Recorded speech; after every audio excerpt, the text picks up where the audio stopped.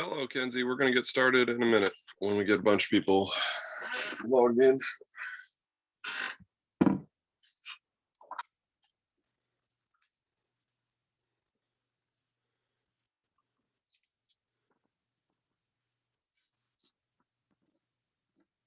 Dr. Johnson. Yeah. How far does the second rotation go up to? It went up to right before World War I think. So if I'm remembering correctly, boy, is it a little fuzzy for me here. Look.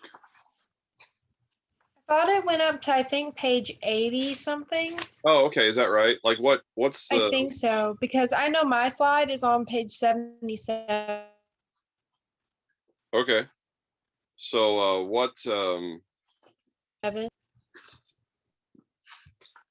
right, yeah. Oh, that does sound familiar. So yeah. So it does go up that far, I'm pretty sure. Let's see here. I'm sorry, what'd you say?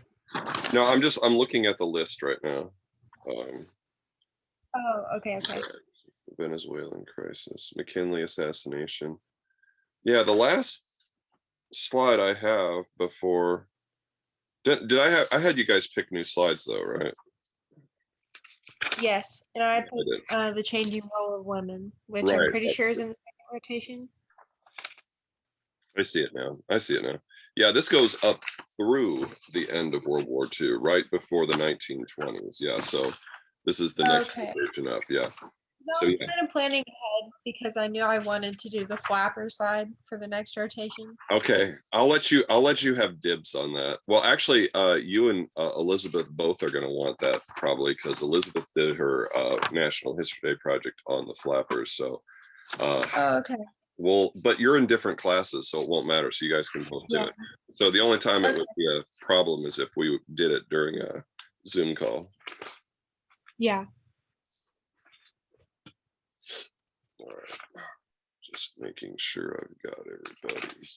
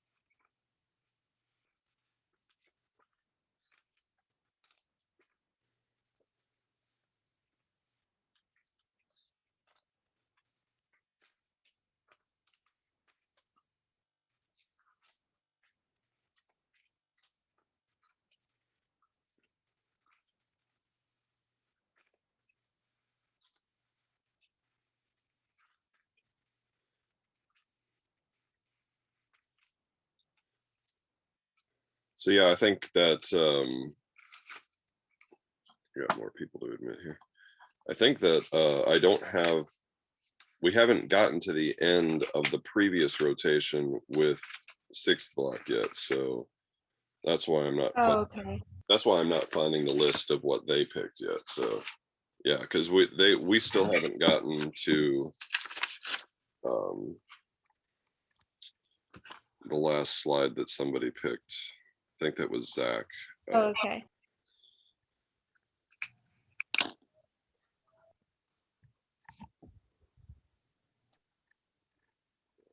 Got a bunch of people who are now on the call. All right, everybody, we're gonna get started here in a sec. Just getting everybody's names checked off.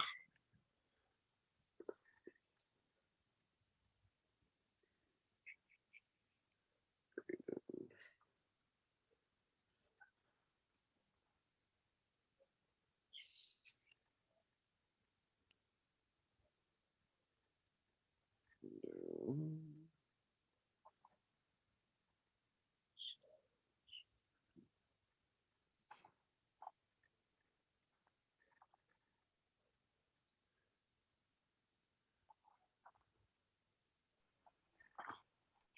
Rainey.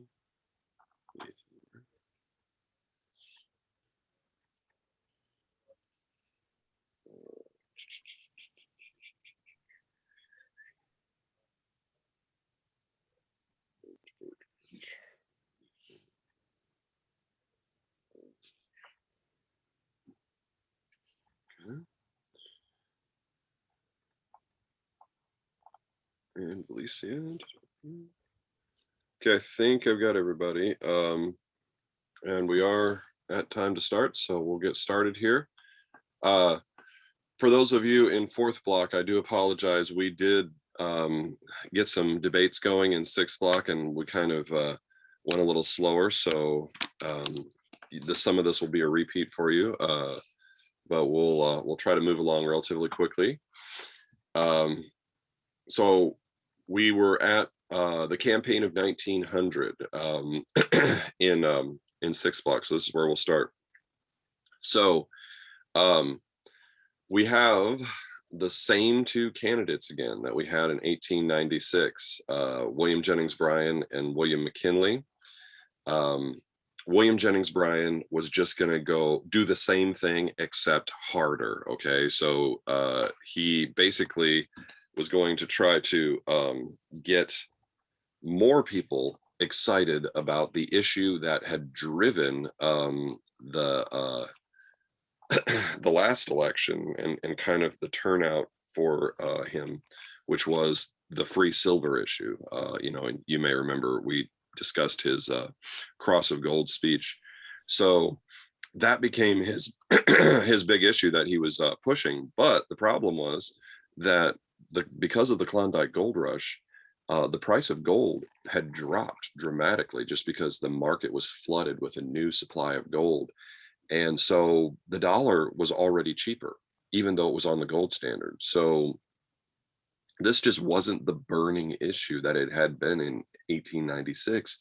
But William Jennings Bryan just went ahead anyway and tried to make it into the big issue that would drive that populist fervor. So he's out there, he's energetic, he's making, he made over 600 speeches across the country, but just wasn't resonating like he did before. And he also took the politically unpopular stance of being anti-imperialism, because he was a very principled person, and like many Democrats felt that the war in the Philippines, which was being fought at this time, went against everything that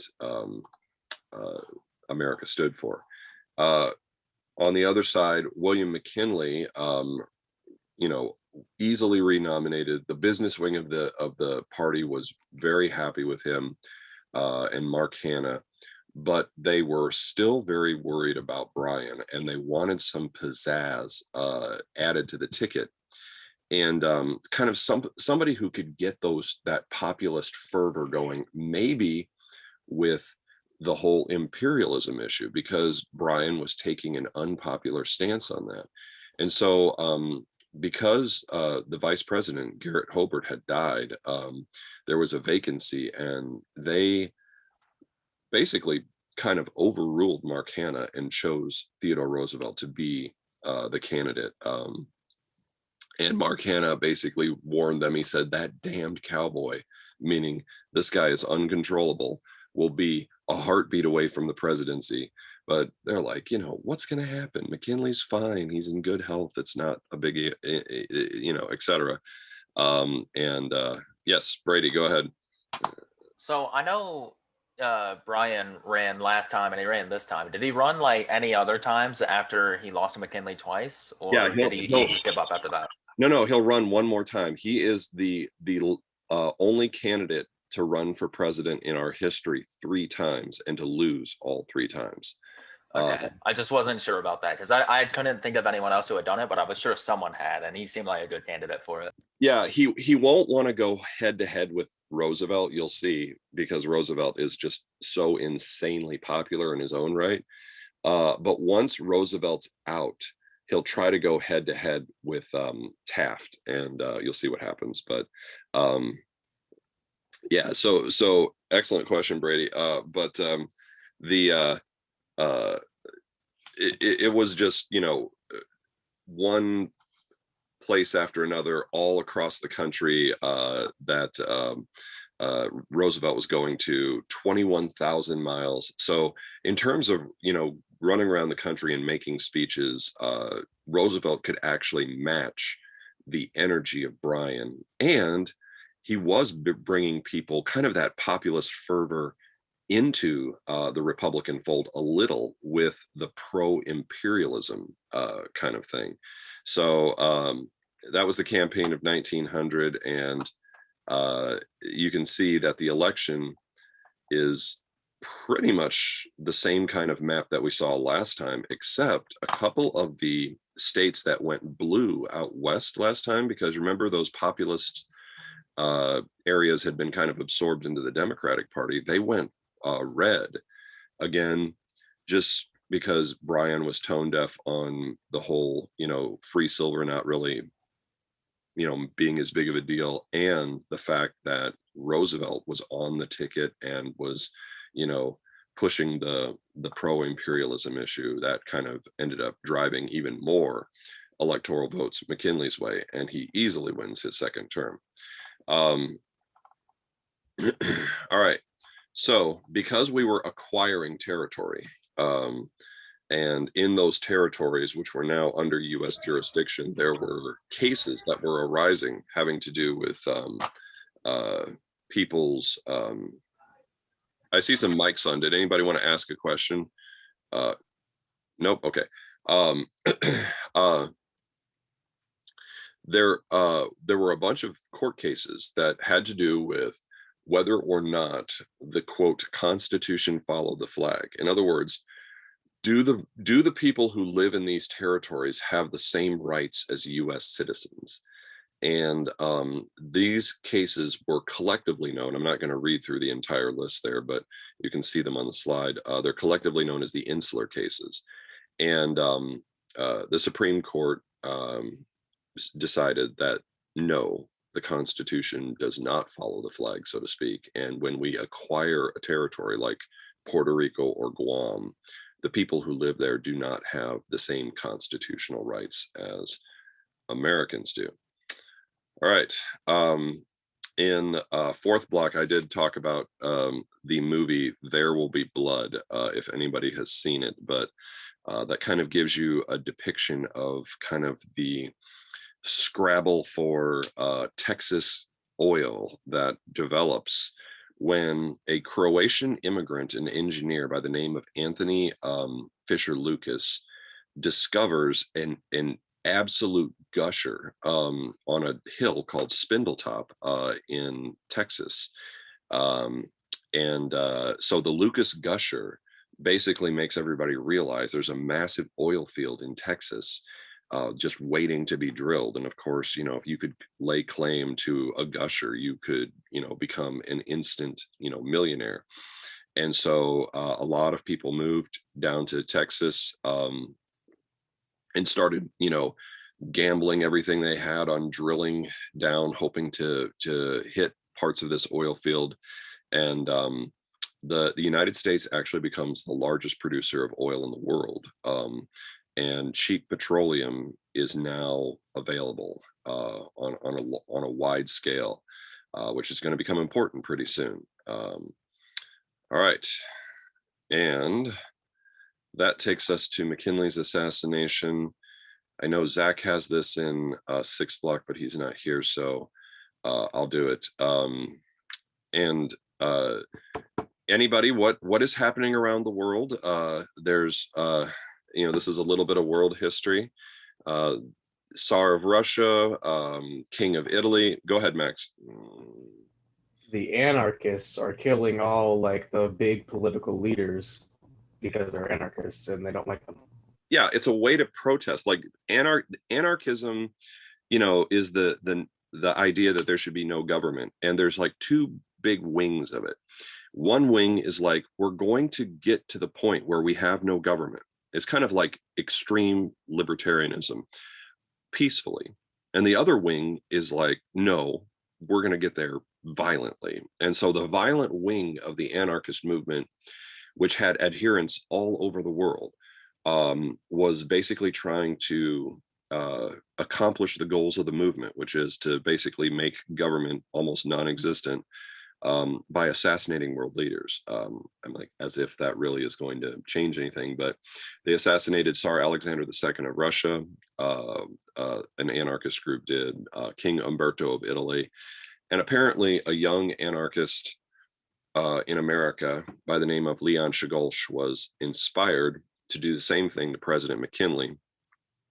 And he was walking up to McKinley in a line at the Pan American Exposition. So since it's, the turn of the century, since it's, a brand new century, of course, we have to have a big expo to show off all of our new inventions and stuff. And McKinley was at the Temple of Music shaking hands with a line of people from the crowd. And Czolgosz had a little double shot Derringer, which he, had hidden under a handkerchief. And when he got up close to McKinley, he fired it like point blank right into McKinley's torso. And those shots would prove fatal.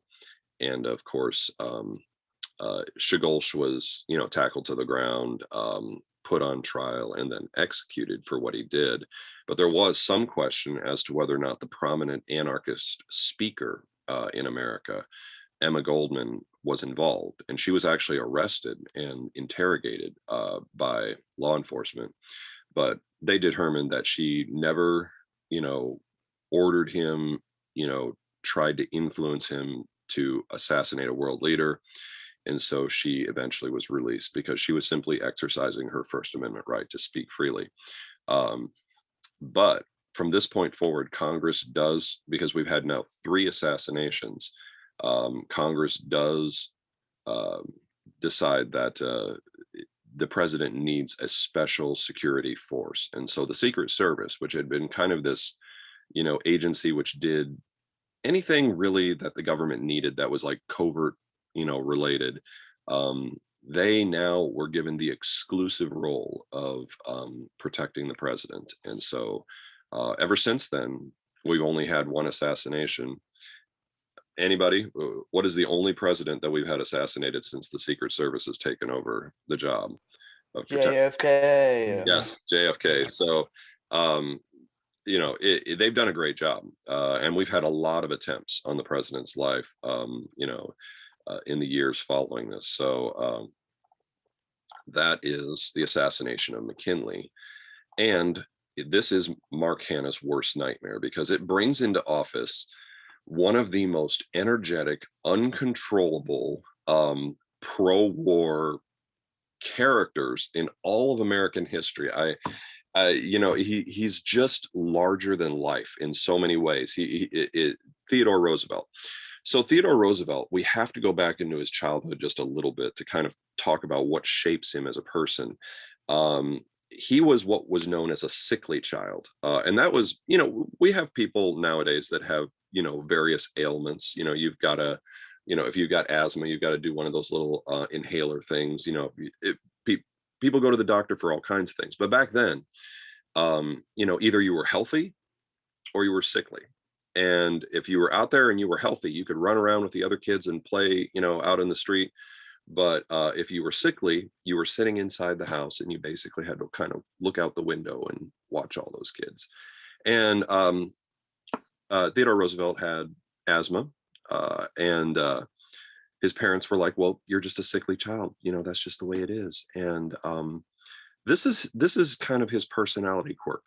Whenever people tell him that it can't be done, it just makes him more determined to do it. And so he's just, working out, going, in his own kind of, room. He's just like, trying to get in shape enough that he can overcome the asthma and go out and do what he wants to do in spite of it. And that is kind of like the story of his life. He's always been kind of this believer in what was known as, what he called, the strenuous life, like just getting out there and giving it everything you've got. And he is a gung-ho imperialist. Like, he is someone who really, like, he's not like just like, hey, let's go to war. He's like, I want to go fight in the war, And so, of course, we talked already about how he went off and joined the Rough Riders in the Spanish-American War, and just a tireless, energetic guy, and people absolutely loved his personality. They're just like, this is what an American is right here.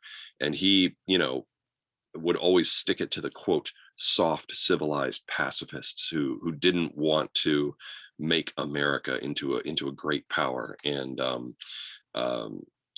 he's uncontrollable. Like Mark Hanna just is like, well, to the business wing, he's like, well, we just lost control of our own party because he will not do what we want. Yeah, go ahead, Scott. Republicans adjust to him, or did they try to make Roosevelt adjust to them? Well, here's the thing. You're going to see that they're going to basically put him in the same pickle that other presidents have been in with labor, hoping to destroy his popularity with the people, where he would need their advertising campaign like McKinley did to win in the next election, and then they would have leverage on him. And he's going to basically figure out a way to just kind of like, skate right past that and turn it into something that makes him even more popular. So while he has this image of being like super, gung-ho, rah, America kind of, person, he is also a very clever politician. Like whenever he gets put in a spot, he, you can tell that there was some serious calculation going on in his head. So some of this is image. Like he has an image which he's kind of earned, but then he knows he has this image and he kind of tries to push it, but also like he's trying to woo the pro business side of the party a little bit. He's like, hey, I'm gonna do some things you don't like, but here I'm also gonna do some things that you do like. And so, let's just kind of bring those populists into the Republican Party and just everybody give a little, and I'll make it work. And the things that are really important to you, I won't go after. But they never really buy into that. But he does try, and we're gonna talk about how he tries to kind of like sell it to him. But yeah, he like, and like we talked about earlier, he's a reformer, like that was his political reputation. So like Grover Cleveland, this guy was like, political machines hated him, and the people who wanted to profit off of government and who were corrupt really did not like him. So that is Theodore Roosevelt, one of the great characters in American history, and you're going to see kind of how this all plays out. But to Scott's point, we have a situation that develops, and basically in this coal miner strike in 1902, we have this situation where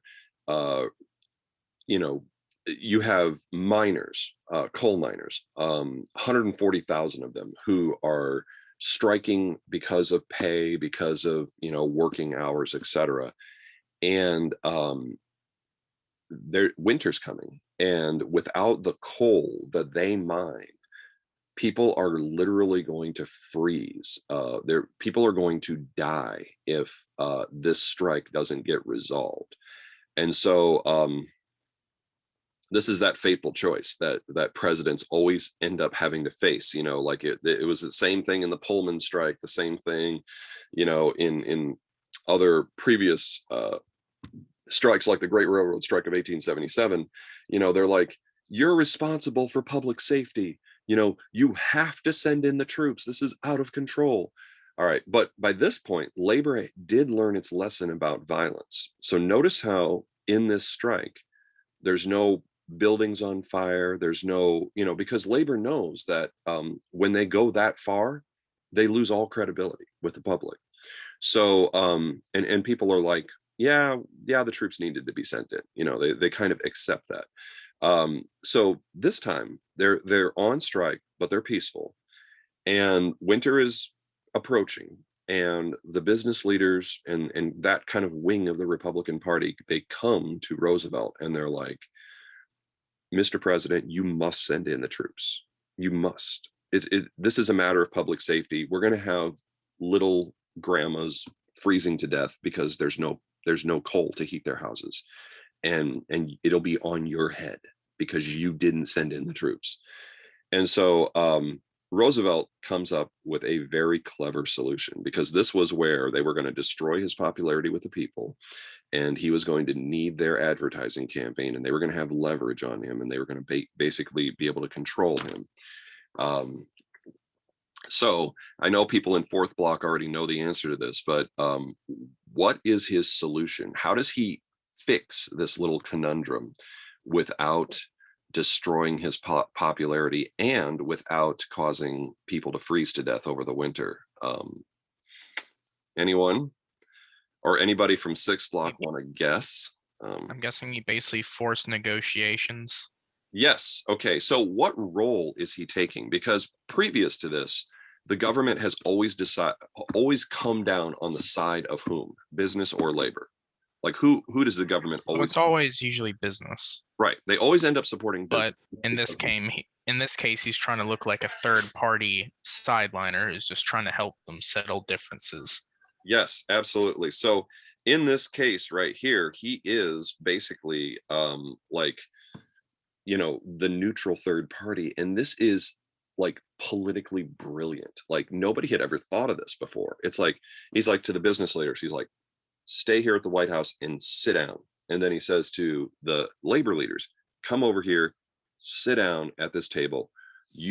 I'm going to sit down with you guys, and we're going to make sure this is fair, but we're not getting up until we solve this. Like you are going to compromise, both of you. And so the government becomes this neutral third party that forces an arbitration between the two sides. And that has been the government's role ever since.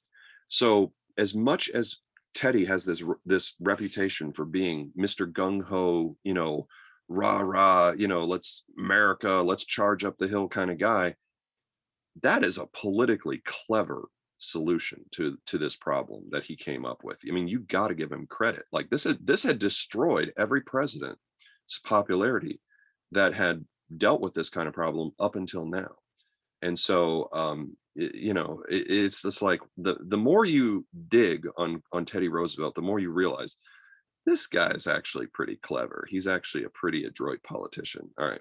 So by the way, since he didn't totally come down on the side of big business this time, labor's like, he likes us. He's fair to us. He's treating us fair. And it makes him insanely popular. Like labor absolutely loves this guy. So the populist movement, which had been kind of under William Jennings Bryan's control, because he had captured their imagination with his crusade against, you know, the gold standard, they're now basically, they have a new hero, and that is Theodore Roosevelt, because of you know, his fair treatment of labor. And so even though they had to give some, even though they didn't get everything they wanted, you know, they still feel like he is their hero. And so does he need the advertising campaign that the business wing of the party can produce, you know, to make the president popular enough to help him win, like they'd done with McKinley? Does he need that at all anymore? Anyone? No, I would guess not.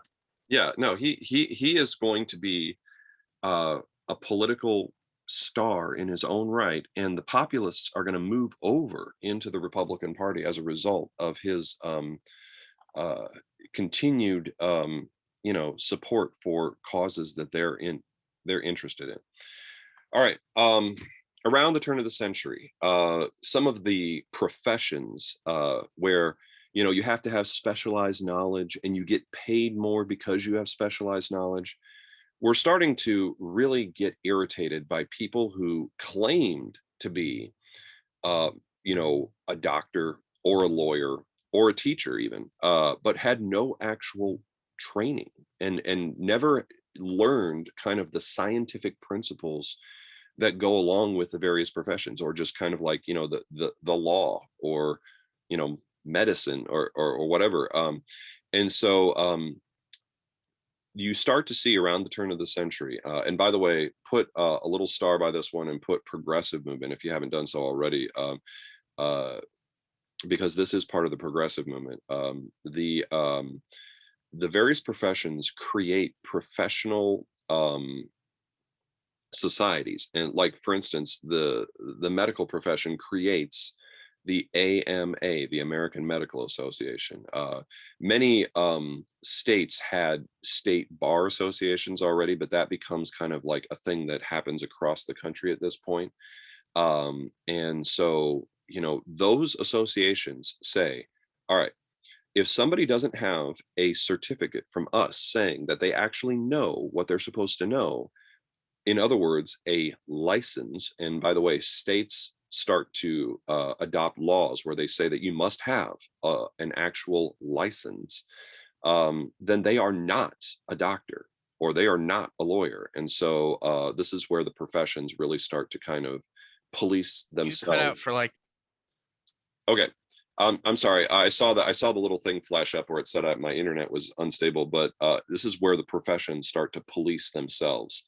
And they basically get rid of all the quack doctors, the fake lawyers, and the teaching profession actually ends up with its first professional association when a lady by the name of Elizabeth Farrell, who works with special needs children who you have to know a lot of, you know, kind of the science of education, etc., in order to successfully work with special needs kids. And so she basically creates the Council for Exceptional Children, which credentialed people to, you know, become teachers. And then, of course, that kind of snowballed into all teachers eventually needing professional licenses.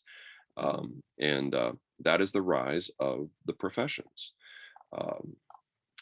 Which again is going to be a pathway to being in the middle class and not being either a factory worker, you know, because I mean, really, if you want to earn more money and you're not already rich, either you become a member of the manager class in the business world, you become a profession, you have a profession that you learn a bunch of, you know, knowledge that's specific to a specific profession, and become, you know, somebody that they seek out, you know, and can charge more money for that. You open a small business of some sort, or you know, and there's a couple of other ways, you know, that you can also become a member of the middle class, but this was like one of the doorways, you know, and of course education was key to it.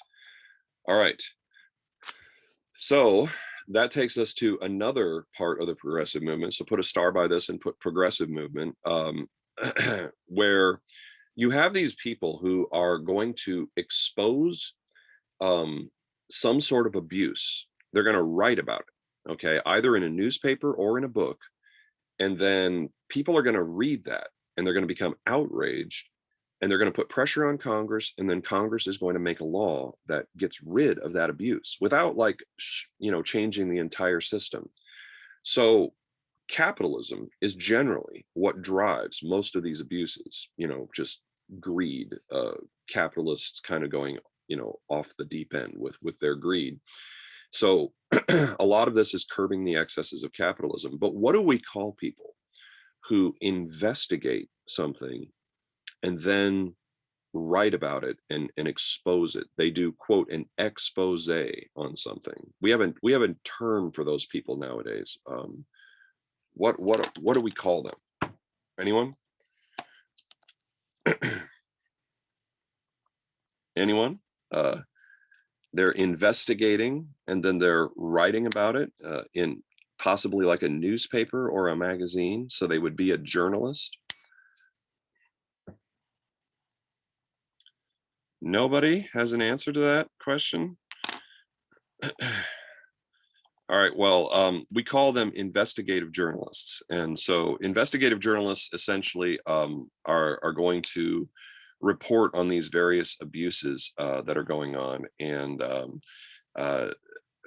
when you take a history class at the college level, you're going to probably end up reading a couple of books, because they're like, yeah, here's your textbook, but here's a couple of like actual books that we want you to read as well.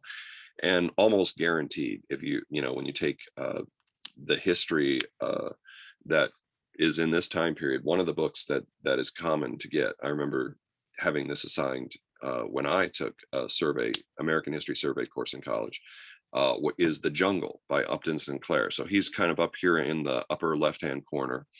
This guy is an out and out socialist. Okay. He is like 100% socialist, but he is trying to convince people that capitalism is bad.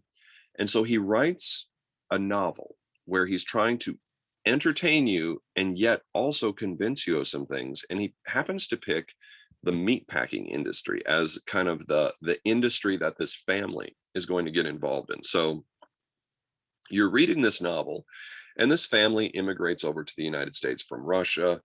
And as they're kind of entering into the factory system, terrible things are witnessed by the family, but then eventually they fall victim to many of these terrible things as well. And, you know, many members of this family end up meeting sad ends. Some of those still stick out in my mind after reading it, you know, many, many years ago. But here is a little part from that book, which really gives an illustration of kind of like his oh,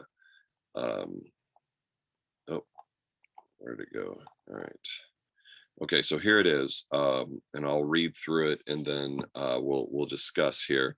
So this is him just kind of describing what was going on in the meatpacking plants in Chicago.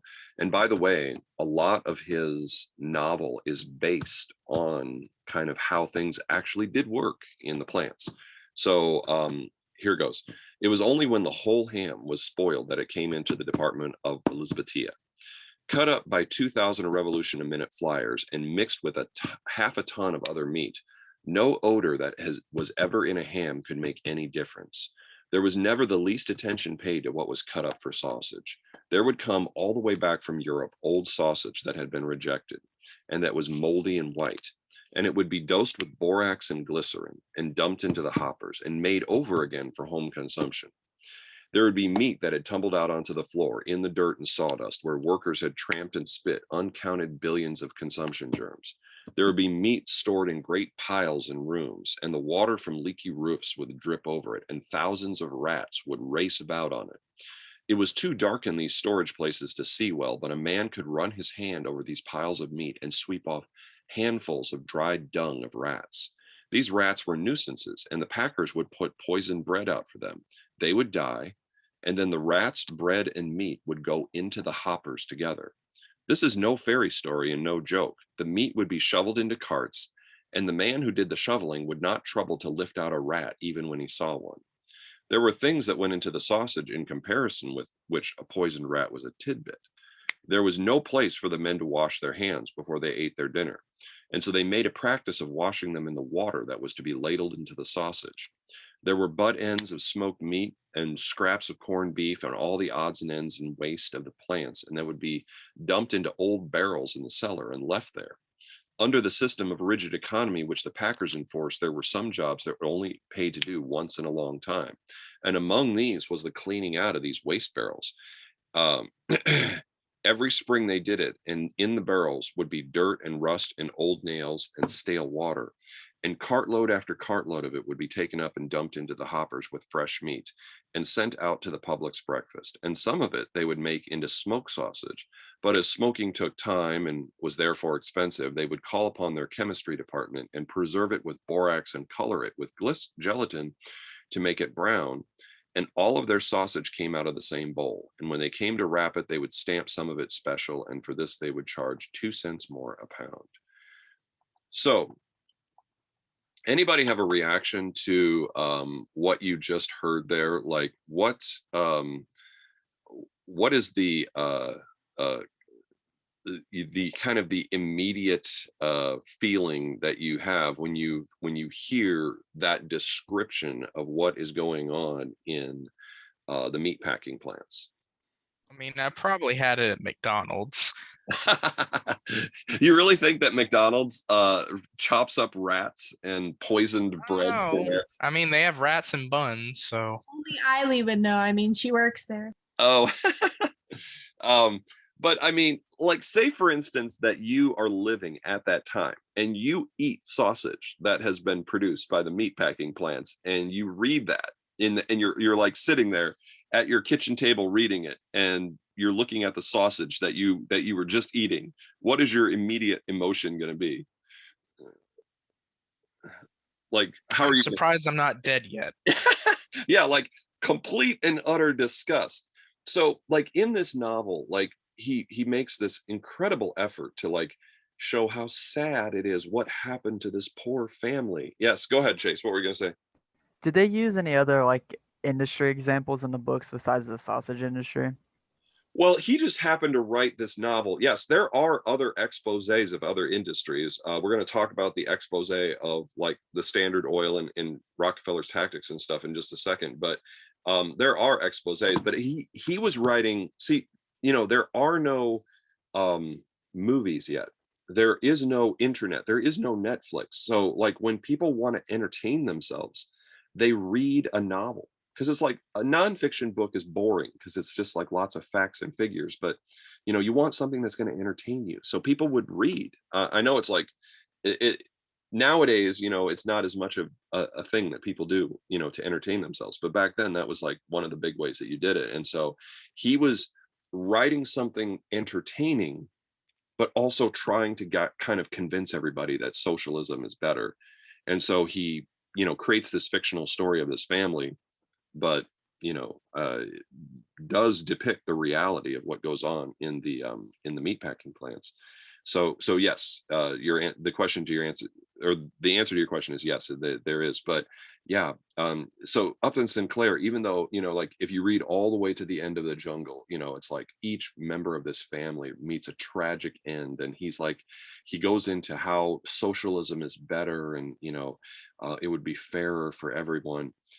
That makes almost no impact on people.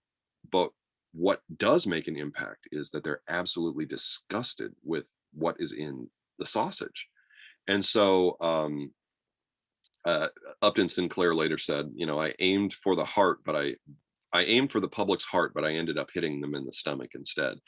And so there's going to be a reaction where people are going to like demand that Congress do something to make sure that, you know, what's in the sausage is healthy. And so that'll lead to the Pure Food and Drug Act, you know, the Meat Inspection Act of 1906, et cetera, which we're going to talk about when we get to the square deal.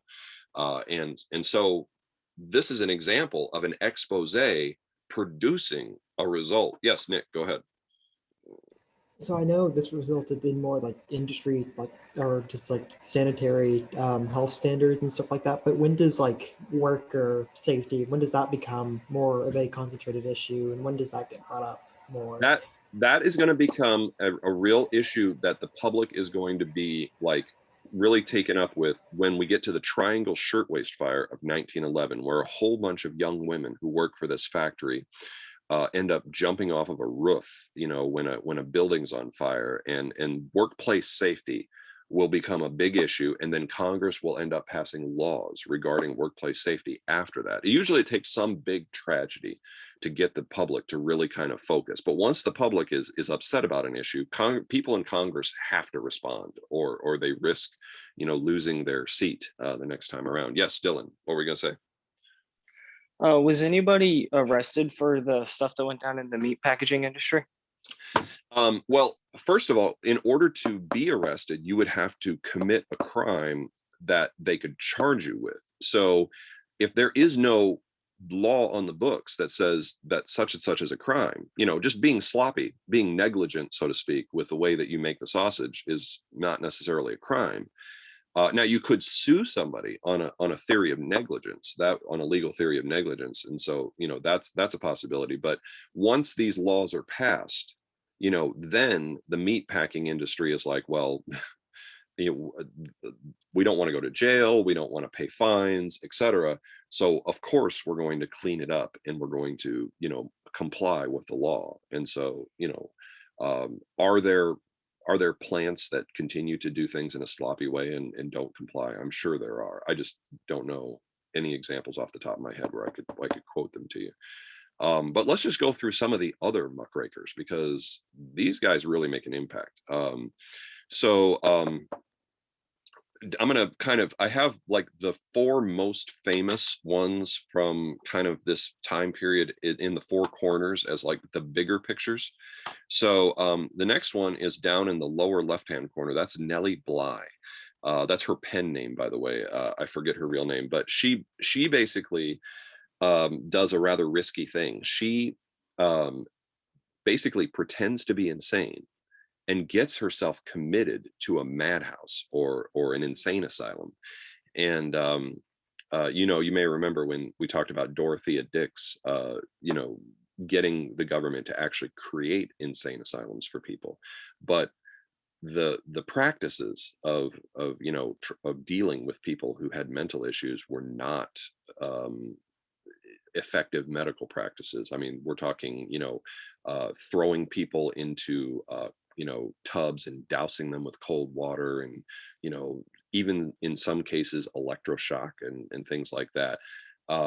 Just stuff that is more cruel and not really of any medical use. But that was done on a regular basis. And so after enduring this treatment for about 10 days, she had a friend come and say, actually, we'll take care of her, because a lot of times in order to keep somebody from ending up in an asylum, a family would take care of them, and asylums had so many people to deal with, they would just be like, if a family was willing to take care of them, they'd just be like, okay, sure, go ahead.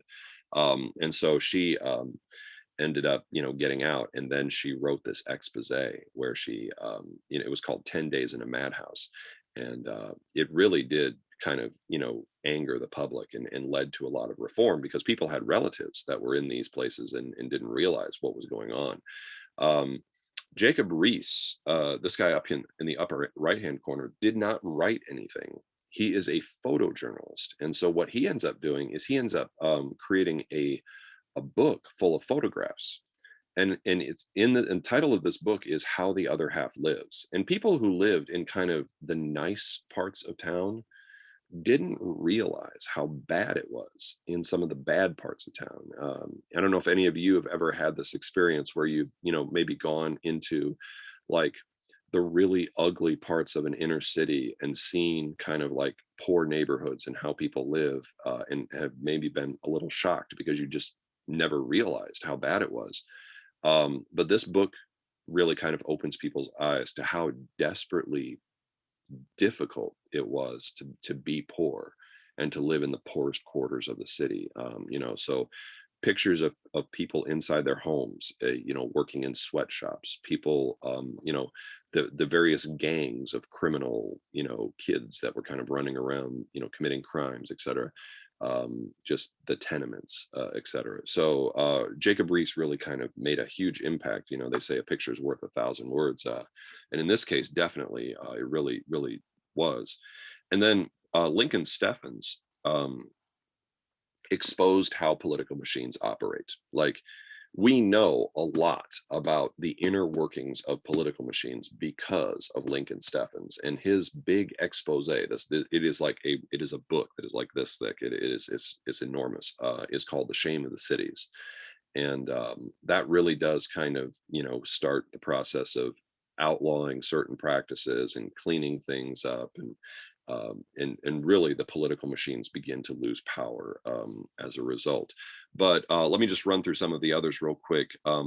Henry Demarest Lloyd right here and Ida Tarbell both do an expose on Standard Oil, and Ida Tarbell's later is kind of put into like a long like it's like a series that is published, in like magazines and newspapers, but then they put it all together into a large book.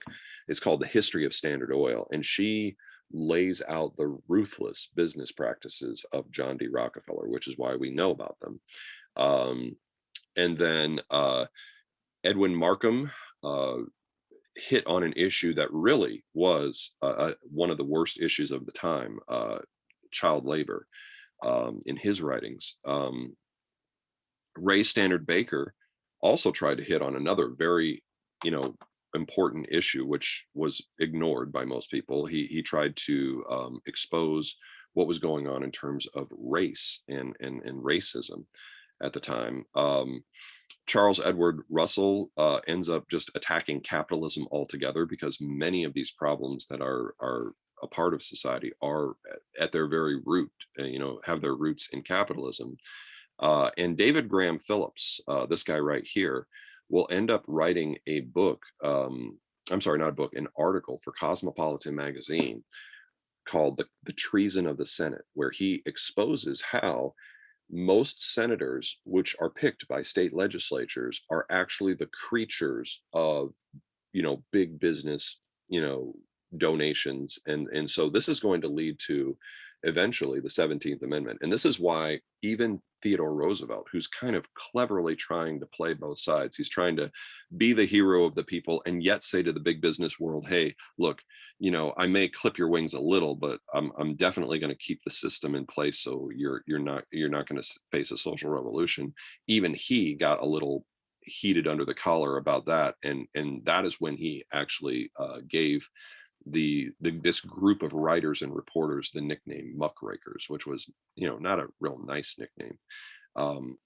So that is the muckrakers. And of course, if you haven't done so already, please put a star and put progressive movement by this, because this is a big part of the progressive movement. And that is actually going to lead us to one of the great crusaders of the movement, who, I could have put her on that slide, but she really does deserve a slide in her own right. She's a little Irish grandmother, and she had a lot of tragedies in her life. Her nickname is Mother Jones, but her real name is Mary Harris Jones. And she had faced two terrible tragedies. First, she lost her entire family, her husband and her children, to a yellow fever epidemic. I believe, if I remember correctly, it was in the city of Memphis. And then she had moved north and had started her own business. She had a dress shop, and she lost the entire business and everything she owned, pretty much, in the Great Chicago Fire of 1871. And so she was without a family and without any possessions. And so she just decided to dedicate her life to trying to end what she saw as one of the greatest scourges in American society at this time, which was the practice of child labor. And she organizes this march, which, like, as she would come to a city, she would put out contacts in the city and say, hey, I need to borrow your kids for a little while, and we're going to march them through the middle of the city. And of course, these were kids who were living in poorer areas, et cetera, and many of them were maimed. Why are the kids that she really wants the ones that are missing, like an arm or a leg or fingers, et cetera? Like, why does she want those kids, and why are they maimed in the first place? Go ahead, Ethan. The kids are first maimed because I think most commonly it's like sewing machines could literally rip your hand off if you put your hand in the wrong place. Right. So industrial accidents, which, because there is no workplace safety at this time, really. And if you lost your hand, they'd be like, well, sorry, and by the way, you're fired. Yeah, but what else?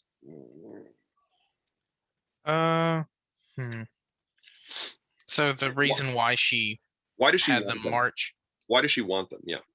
Well, first, if you choose specifically children who are maimed, it shows to mainly people who aren't really familiar with what, industrial conditions are, to show off these are children who are facing like lifelong injuries.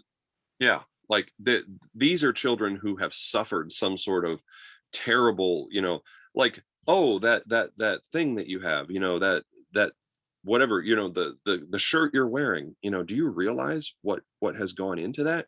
Scott, what were we going to say? Yeah, if they can get the media to like snap a picture of one of those kids without an arm in the march, then they're good to go. Their movement's good. Right. It's like if you could make a comparison to nowadays, it's like if people go over to like a place like China where there is cheap labor and they say, hey, look at the kids working in these factories. You have your nice iPhone. Well, guess what? There are kids working in terrible conditions in factories, and their labor produced this. So I mean, as much as we wanted to say that child labor it's a thing of the past, it's actually not a thing of the past because it still happens in a lot of parts of the world today.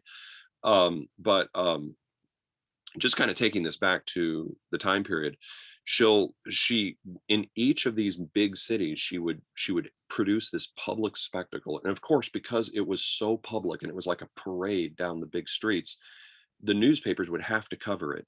And the pictures would inevitably have these kids who were missing limbs, and it's going to produce a very sympathetic effect.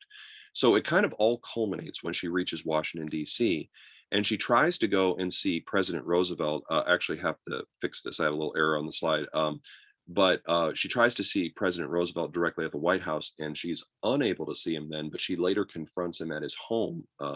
And I think it's in New York, his summer home. And he like he's supposed to be the hero of the people. So she's like, if I can just get to him and just tell him the truth, and then he sees, he's gonna do what he's done before. He's gonna make big business be fair to these kids. So anybody, what does Roosevelt do? Or what do you think he's gonna do when it comes to this issue, which is one of the most sympathetic issues you can think of? Go ahead, Olivia. He does nothing. Why would he do nothing? Like, I thought he was the hero of the people. Like, he made big business compromise with labor in the coal strike. I mean, obviously kids suffering is more important than coal miners suffering. Why would he not do anything regarding child labor? We talked about this slide before, and I remember you saying that he said that there was nothing he could do. Right, but like, why? I mean, this is a tough question. So like, any guesses are good, but like, why would he say, I can't do anything to help these kids? Mackenzie. Okay, so I don't know exactly why, but an interesting point that I just thought of is that wasn't he a sickly kid, and he's seeing these kids who are now hurt? It's kind of weird to me that he wouldn't do anything specifically because he went through that. But now I kind of understand, since they told him to sit down and stay inside, that kind of had an effect on his decision. Maybe, yeah. It's like, well, if I could overcome being sickly, then they can overcome working in a factory or something like that. Maybe. I think that's an excellent point. Ethan, go ahead. What were you gonna say? I think it's well, first of all, a labor union is orders of magnitude smaller than ending child labor, because child labor is throughout every factory across the country and is used by almost every business. And what is the big benefit that businesses get from hiring kids rather than workers? Well, first of all, I don't think kids can fall under like the same amendments as adults do, technically. I mean, no, they're citizens, they have rights. But what is it that businesses love about hiring kids rather than adults? They can get away with paying them less. Yes. Okay. Yeah. So thank you, Nick. Yeah. And Max, did you want to add anything to that? Like, isn't it that the kids are small and they can fit their little hands and arms in their machines and unclog them and lose them in the process? Well, that's part of it, but really, like, Nick hit the most critical point, which is they can pay them less. So really, it's an endless source of cheap labor. Like, so this would gut punch a lot of businesses. Like, it would really hurt their bottom line. So Roosevelt is like this again shows you how Roosevelt tries to play both sides. He's the hero of the people. That's his image. Everybody's like, this guy loves the people. He's going to do what's best for the people. But on this one issue where the most vulnerable in society, children, are being exploited, he won't do the quote unquote right thing. And that's because he knows that this is going to be like, it's going to really affect the bottom line of businesses. Like this is going to cut businesses too deep. Okay. And so he's like, there's nothing I can do. I'm sorry. But Mother Jones is going to continue her crusade. As a matter of fact, there's actually a magazine called Mother Jones Today, which is kind of like inspired by her tireless efforts. And child labor will be outlawed by states more than it is by the feds. And we discussed this in fourth block, but does anybody remember, when do the feds finally outlaw child labor? Does anybody remember what it was? And Max, you still have your hand up. I don't know if you forgot to put it down or if you wanted to say something, but does anybody remember, when do the feds finally say, okay, that's it, no more child labor? Okay, no one remembers this. This is during the Great Depression, where in the basically they're trying to figure out how to get adults back to work, and they realize, wait a minute, businesses, because they're struggling with their bottom line, they're hiring kids rather than adults. And so in order to get adults back in the workplace so they can provide for their families, we've got to end child labor. So it's the Fair Labor Standards Act of 1938 that finally ends it on the federal level. I couldn't hear you. You cut off. Oh, I'm sorry.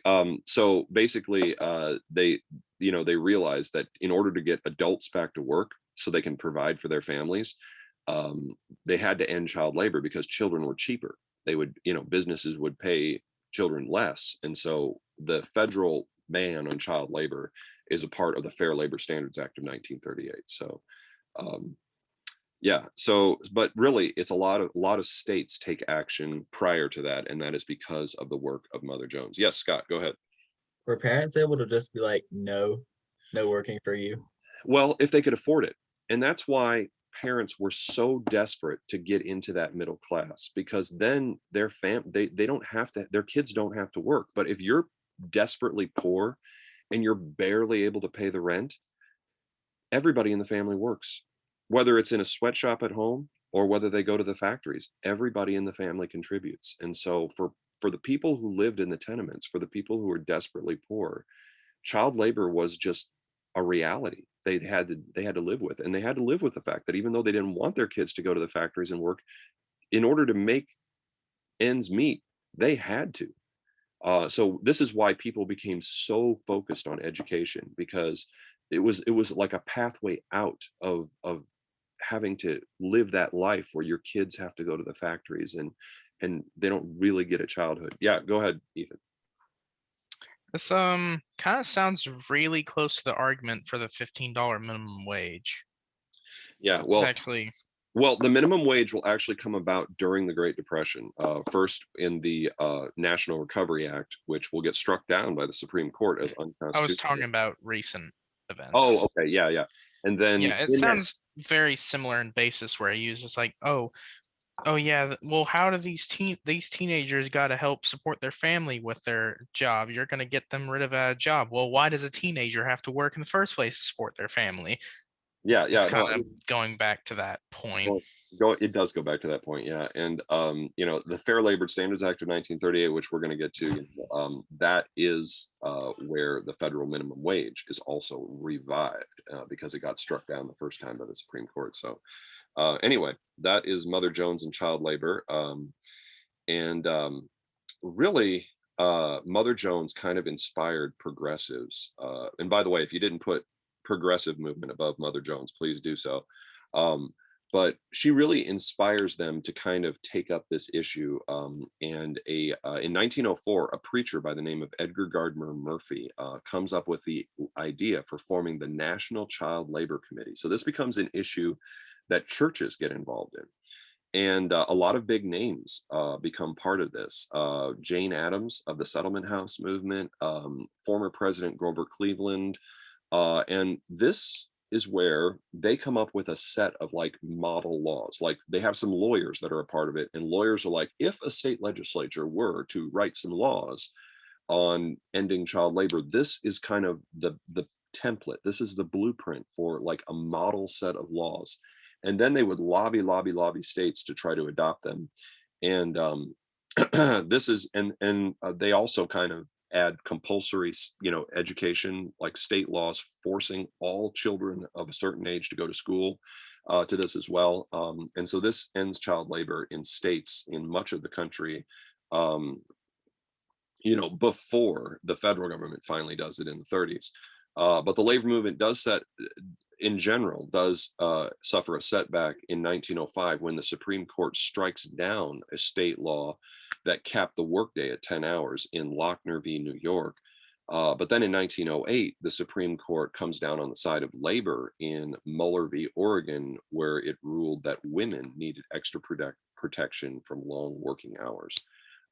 So progress is slow, but it's kind of a steady drumbeat. So obviously, progressive movement on this one as well. All right. So interestingly, because we were talking about this, when we were talking about COVID and the spread of disease and whatnot, this is also part of the progressive movement. So put progressive movement, there is efforts on the part of many cities across the country to eradicate diseases and to prevent epidemics, because as people moved to cities and as their infrastructure was overwhelmed, they would have these disease outbreaks. So that that voters in cities would vote for people who promised to clean up the sanitation and the water system and everything. And so one of the very interesting cases that came out of this was an Irish immigrant named Mary Mallon, who wasn't affected by typhoid fever, but was a shedder. In other words, the bacteria lived inside of her. It didn't hurt her, but she was constantly shedding the bacteria. I think it was through her spleen or something. And she would infect other people with typhoid fever, which is a bacterial infection, spreads through water and can sicken you and sometimes even kill you. And she worked as a cook. So she was a poor Irish immigrant woman who worked as a cook and oftentimes got jobs with wealthy families. And so the city, health department was like, they kept, seeing these epidemics of typhoid fever, and they kept trying to track them down. And they eventually realized that they were all connected to this cook. And so they basically cornered her, and it's kind of a funny story when they try to talk to her, because she doesn't have very good English, and she's kind of fighting them a little bit and whatnot.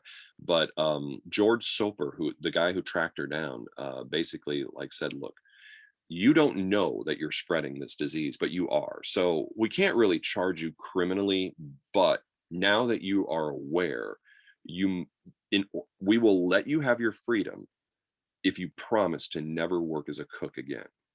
And so she promised, but then of course she changed her name and went back to working as a cook. And so continued to spread typhoid fever. And eventually they tracked her down again. And she was quarantined for life on an island in New York's harbor, because she had infected 53 people, and 3 of those people had died. So that's the story of Typhoid Mary. And just kind of as a part of the progressive movement, cities are trying to deal with sanitation issues. All right. And the kind of the opposite of social Darwinism appears at this time. And does anybody remember when we talked about social Darwinism and Andrew Carnegie's Gospel of Wealth? The thing that they kind of put out there, which is still so influential even today, is this, oh, you're poor? Guess whose fault it is? Who do they blame when somebody is poor? Like the social Darwinists, not these people, but the social Darwinists. Who do they blame? Yes, Ethan. They basically blamed poor people, saying, well, you made the wrong decisions, so you deserve to be poor. Right. Yeah, it's your fault. You did this. You did this to yourself. And so poor people basically end up, kind of believing that. They're like, well, okay, I just got to work harder. And we talked about how you guys still feel this pressure too. You're like, I got to get good grades so I can get into a college and get a good job. I got to get good grades and then get this college degree so I can get a good job so I don't end up poor. Do you all feel that pressure now? Anybody want to comment on that? Is that something that's kind of in the back of your mind? Like I'm under this pressure. I've got to work hard so I don't end up poor, kind of thing. Yeah, especially with AP tests coming up, it's greater than ever. I know, and I'm so mean. I'm a terrible person. I'm just trying to help you get a good score, But yeah, so that's still like it's like in America's psyche. It's like it's just a part of how we think. But there's a counter movement to that, and we talked about this a little bit when we talked about social Darwinism. And it ends up really coming out of the church and out of some rather liberal thinkers in the church, people who like sometimes will be a little too liberal with church doctrine and get in trouble for it, like Walter Rauschenbusch and others.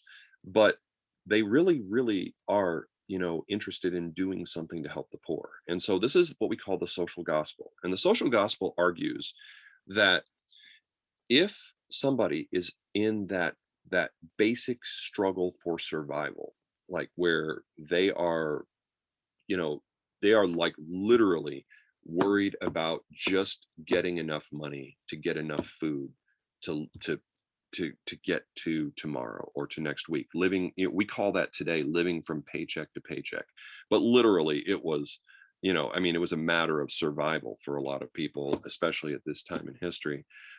They can't focus on anything else. So of course, this started because the church was trying to reach people with the gospel, and they were like, well, we can't reach people with the gospel if they're worried about food, shelter, basic survival needs. So we have to go in and meet those needs. So they would start missions in inner city areas where they would, say, hey, homeless shelter here. If you don't have a roof over your head, you can stay here. Breadline soup kitchen here. Like if you don't have any food and you're literally starving, you can come here and we will feed you. And then of course they would try to convert people to Christianity. That was kind of the motivation was, hey, we've got to meet these basic needs so then we can share the gospel with people.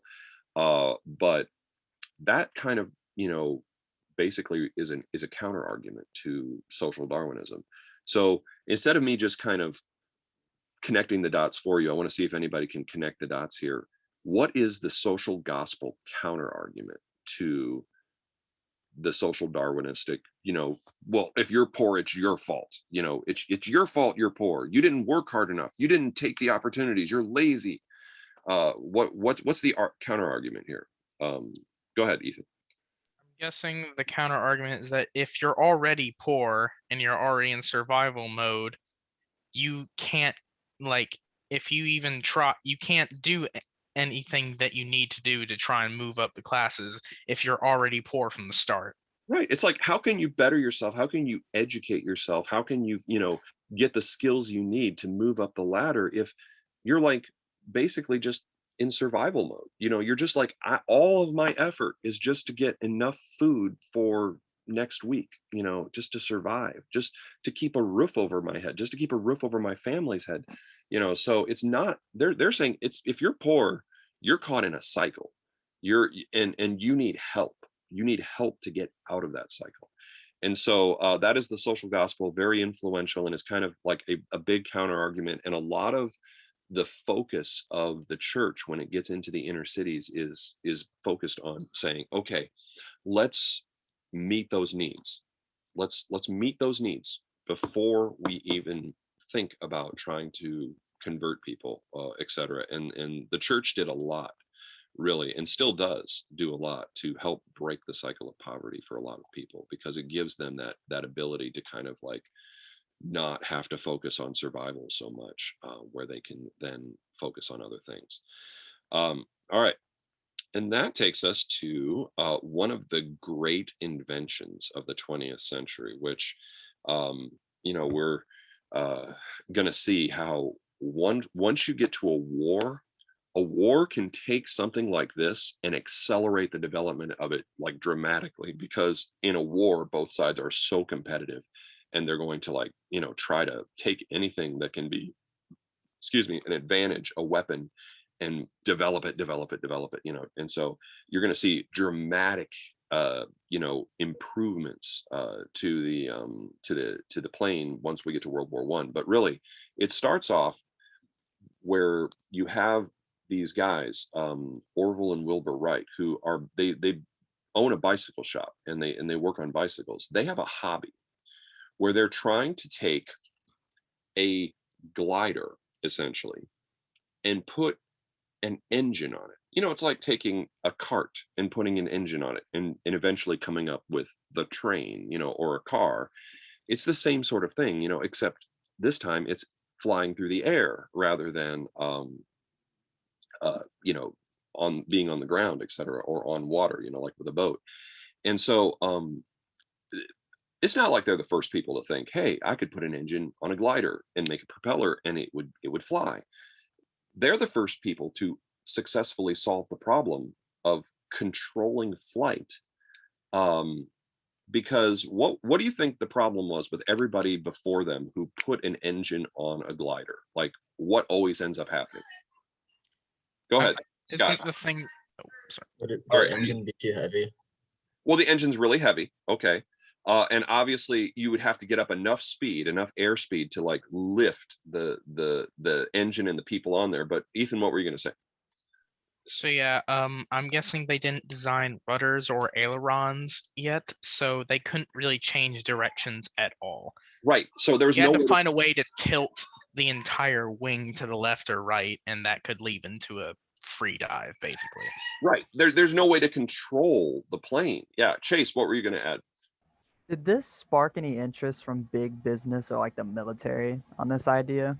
Yes, and actually, the military is going to make use of planes during World War One. I'm actually have a whole slide on this, so we're going to get to it. But as reconnaissance, and eventually then, because then you could fly over the other side's lines and you could see where all of their reserve guys are. So you don't have to have the cavalry try to like break through and ride around behind, which really the cavalry was made obsolete anyway by machine guns. But now you could just fly over and just see where all of their backups people were. And then, okay, so now that we have like an idea of where everything is on the battlefield, this is the weak point, this is the place we're going to attack. And so yeah, that's an excellent question. It was first used as reconnaissance, but then people began to realize, hey, I can actually put weapons on these things, and then eventually it will become a weapon of war in and of itself. Ethan, what were you going to say? Yeah, I'm guessing the interest wasn't really great at this time, because like, what do you mean get in the air? We can already get in the air. We have a blimp.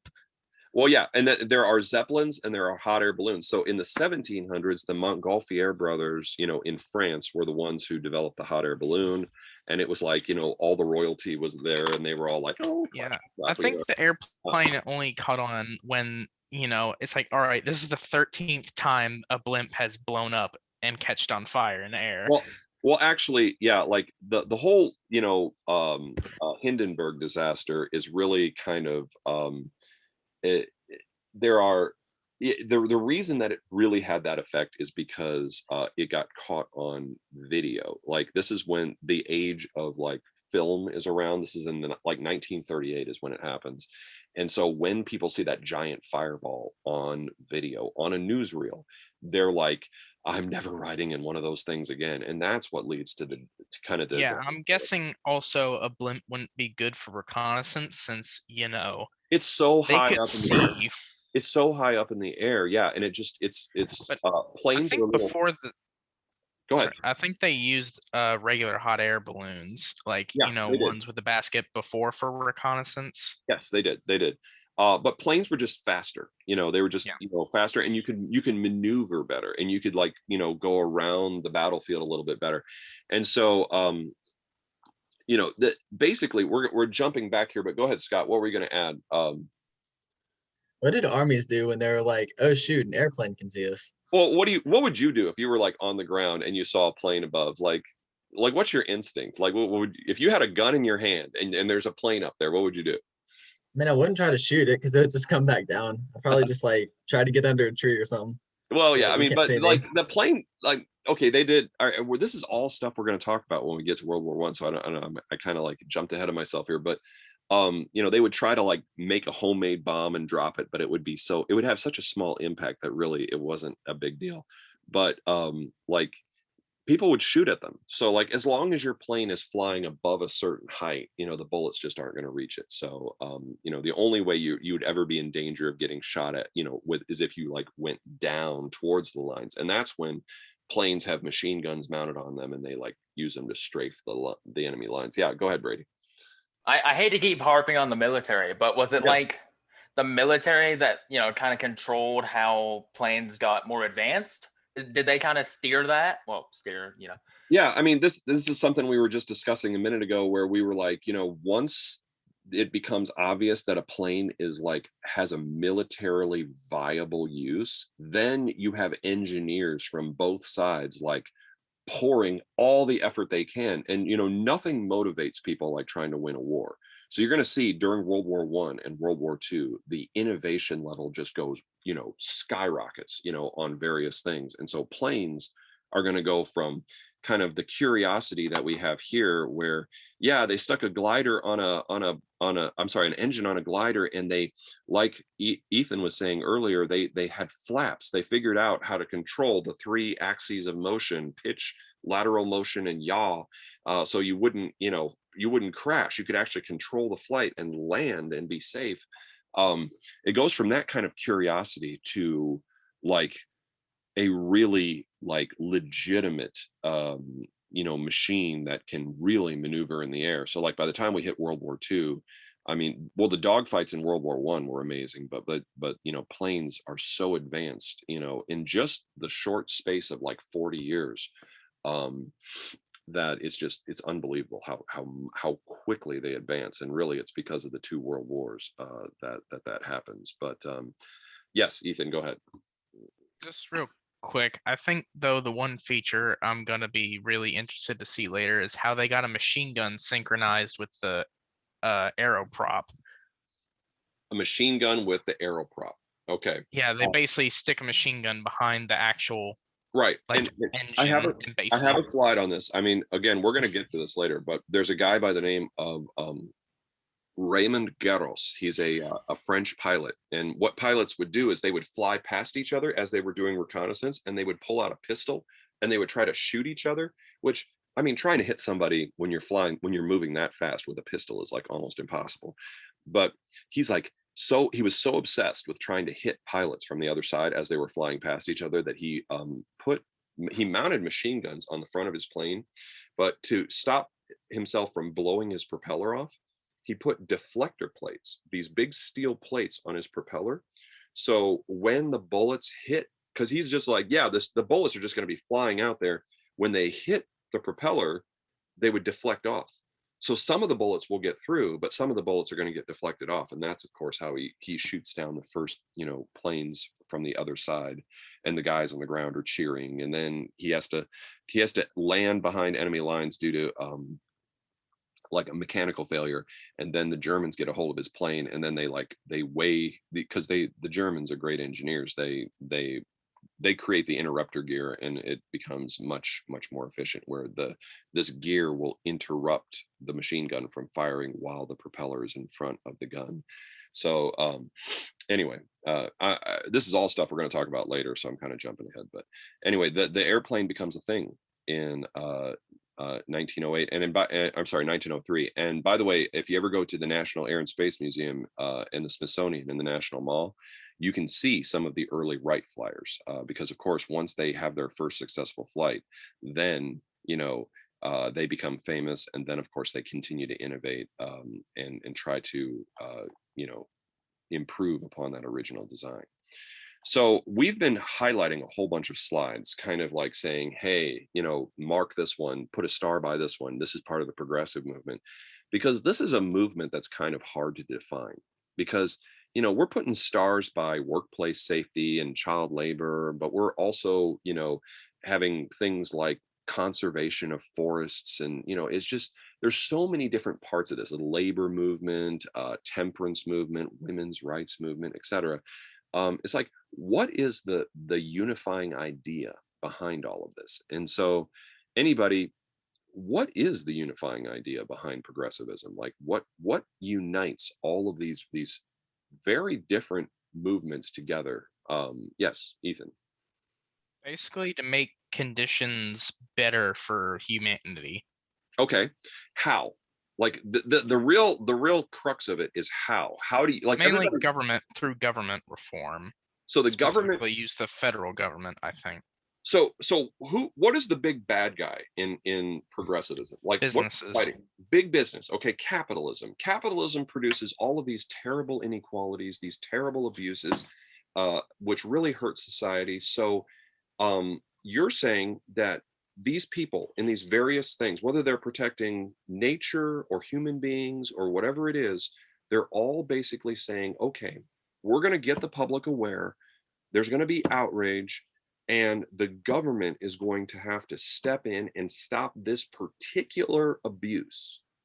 So it's like, basically progressivism is curbing the excesses of capitalism without changing the entire capitalist system. Because basically using small government checks to try and find and pinpoint small issues. Right. So compound. Like, we talked about with, like, the safety of food, like, okay, we're going to make it so food has to pass these inspections and they have to be safe, et cetera. But that doesn't mean the government's going to step in and take over the company. Like, you can still run your company, but you have to meet these specific issues, just for public safety. And so it really is. And so progressives are going to continue to try to fix all of the problems of society. And you're going to see, as we get further and further into kind of the early part of the 1900s, they're going to get more and more ambitious as they're trying to fix things. And the big problem they're eventually going to try to fix and fail to fix. I don't know if anybody can guess it right now, but we're going to get to it. Olivia, what were you going to say? I was just going to ask, I know you said earlier that this was kind of a slow process, right? Yeah. How long did this take exactly? Well, when you're looking at the progressive movement, you're really looking at kind of late 1880s, 1890s, 1900s, 1910s, and then we get into the 1920s. And that's when the progressive movement kind of hits its first big snag, where they're trying to fix some problem, but they're unable to fix it just because it is so ingrained in the public's habits. Ethan, yes, what were we going to say? Was it that sweet alcohol that so many people crave? So the high watermark of progressivism is really kind of like right around 1920. But once they try to ban alcohol and realize that people just aren't going to give it up, even if you outlaw it. Like, every time they outlawed something, it would fix the problem. But there's some things that are so ingrained as habits that you can't fix it by outlawing it. That's when progressivism is going to start to kind of,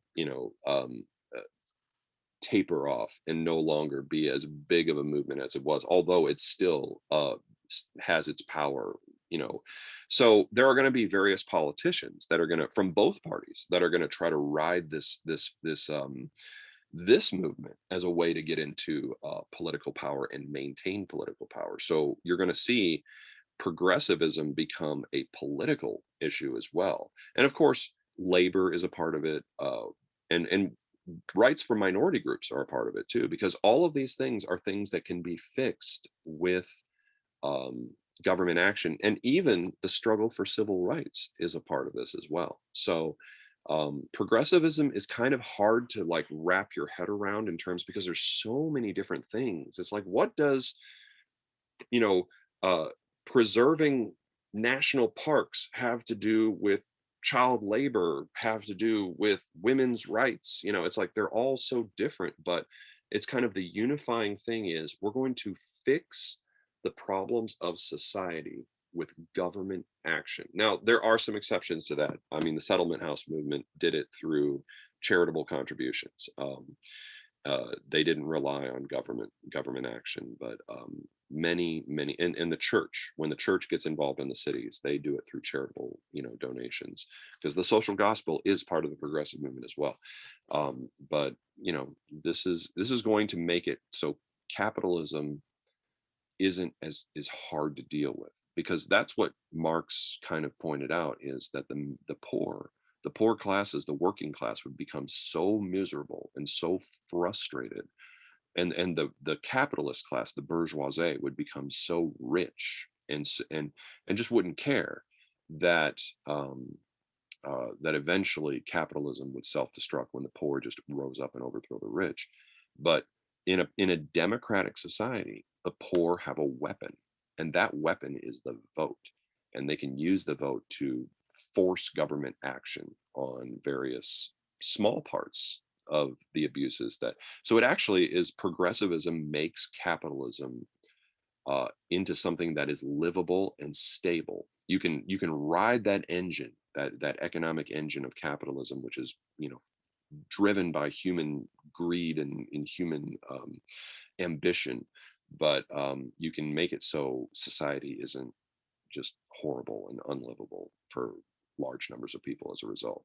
So that's the progressive movement, a very important part of kind of this time period that we're talking about. And okay, computer is moving slow here. We need to talk about how the power of democracy really does, and this is also, by the way, put another star and another thing for progressive movement by this one as well. The power of democracy to kind of fix the problems of society really has an effect on state politics, because in the progressive movement, you have 26 states which will actually amend their state constitutions. And really, this is very strong out west, where the little guy and the populists are very, very powerful.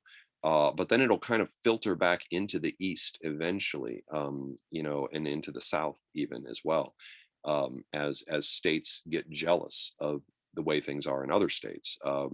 But we're going to go through some of the things that get added to state constitutions, which give the people power to fix things, even if their state legislature or their governor won't cooperate with what the people want. So the first one is an initiative. An initiative is where they're like, there should be a law about this. But let's say the state legislature is kind of in the pocket of big business and they won't ever put it on the ballot, or they won't ever make a law about it. Well, what you can do is the voters, if they get enough signatures, they get a petition together and they get enough signatures, they can actually put something on the ballot themselves, and then they can vote it in. So we have elections every 2 years, how the entire House of Representatives, a third of the Senate are up, and then, every other election, the president's up for election as well.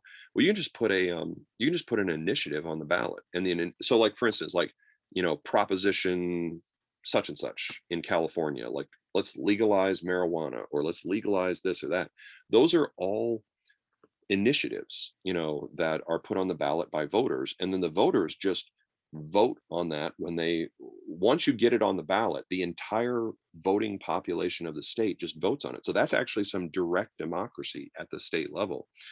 And then a referendum is where the voters can actually go thumbs up or thumbs down on a law that's already on the books.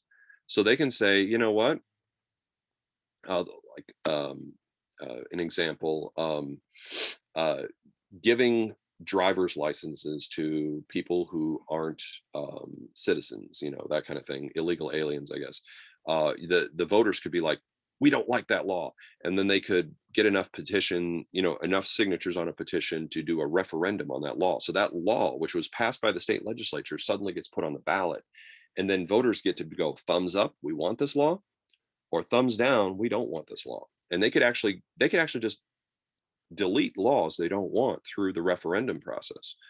A recall, which is something that's actually in the news right now, having to do with Governor Newsom in California. Notice how California is one of those states out west that has all of these kind of things in their state constitution, is where the people can just say, you know what, we voted for this governor and they're in for like a certain number of years, but we don't like him now. We just don't want him here anymore. And so they can vote to recall him.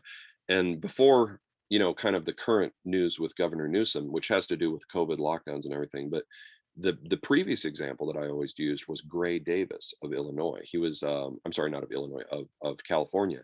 He was a governor who, you know, supported the whole let's give driver's licenses to illegal immigrants thing, which was very unpopular in California at the time.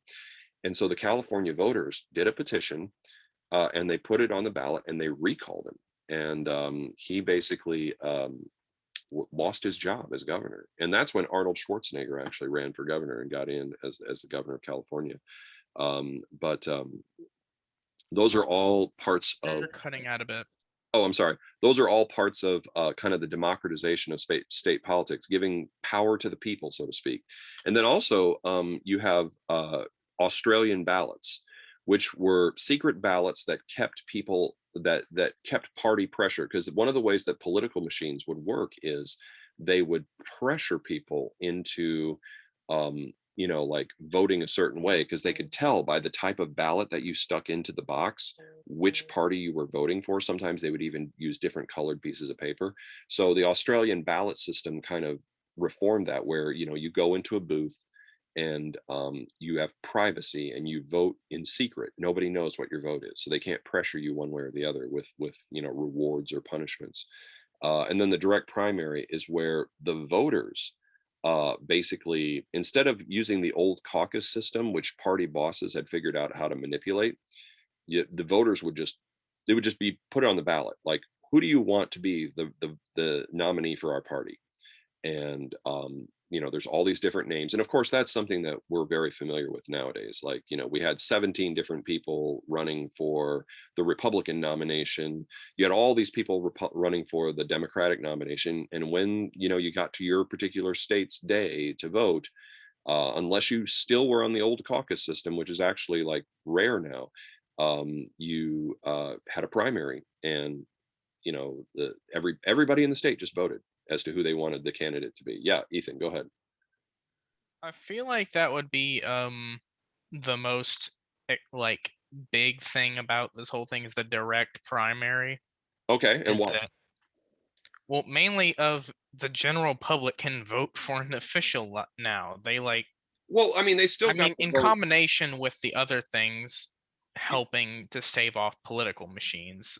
Right, but you still got to vote in the November election. Yeah. Right. You know, but this is an earlier election where you say, hey, we want so and so for our party. And that, you know, is where you could get reformers in, that like you were saying, the political machine bosses would try to like make sure those people never got on the ballot. Is this where like populist movements actually get a bit more power and you start to see more states sway and ebb and flow between the parties? You're going to see that the power of the people really is going to become pronounced. Like, progressives as a voting bloc are going to be very important in upcoming elections. A lot of it having to do with the fact, excuse me, that these reforms get put in place, and not every state does it in like at this time. Like, it sometimes states will do it like at this time, and other times they will do it later. So it's like a process, you know, but as time goes by, more and more states end up going to the direct primary. Which means that, you know, like reform-minded candidates can get in, and they can basically bypass the party bosses a little bit, just on their sheer, you know, star power, their populist power, as you were saying. So yes, the answer is absolutely yes to your question. So that is the democratization of state politics, very important. So put progressive movement on this one. And we do need to talk real quickly, as because Ethan kind of anticipated this with what he was asking about the reform of city politics. Because whenever you see the word municipal, That has to do with politics within a particular city, with, like a big city with a mayor and a city council or commission or whatever. So Lincoln Steffen's book in 1904, The Shame of the Cities, really shed light on how the inner workings of political machines, like how exactly are they manipulating things. And so this began kind of this crusade to reform city politics. And Mayor Samuel M. Golden Rule Jones changed the city of Toledo by basically cleaning up corruption, providing night schools, free kindergarten, public playgrounds, and other things citizens wanted. And the citizens of big cities began to realize, if we cut the political machines out, we get people like Mayor Samuel Golden Rule Jones. And so Mayor Tom L. Johnson reformed Cleveland, making it so trolley fares and taxes were much fairer and less burdensome. And cities like Galveston tried, to say, well, let's experiment with the kind of government that we have. Instead of just having a mayor and a city council, let's have a city commission where each member of the city council is kind of like the member of like this body that votes on things, but they also have a responsibility. Like, one is the police commissioner, one is the commissioner for public sanitation, et cetera. And so each of them has kind of a department that they oversee as well. So really, at this time, cities experience this same kind of reform that is going on at the state level as well. And just to kind of put a little bit more detail into kind of how state level reform worked, we're going to get into just kind of like a little bit of that so Governor Charles Evans Hughes, later to become a Supreme Court justice and a presidential candidate, took on the corrupt insurance industry in his state, while Governor Hiram Johnson of California took on the powerful Southern Pacific Railroad. But probably the most progressive governor of all was Governor Robert LaFollette Sr. Of Wisconsin, who is going to become a force in national politics. We're going to talk about it. He pushed what was known as the Wisconsin idea, where he basically included state commissions to regulate things like insurance, railroads, utilities, direct primary laws. Okay, so like what we were just talking about, what Ethan was asking about, and basically reform of the university system. So the University of Wisconsin, which was a state university under Charles Van Hise, basically began to focus on research that actually improves the lives of people in the state. So focusing on research having to do with, social problems, farm, teaching farmers better farming techniques, all of those things. So where you see these little kind of university extension offices in certain states where they help people, that's part of that kind of Wisconsin idea movement. State governors, some of them really, kind of build their entire political careers on being reformers.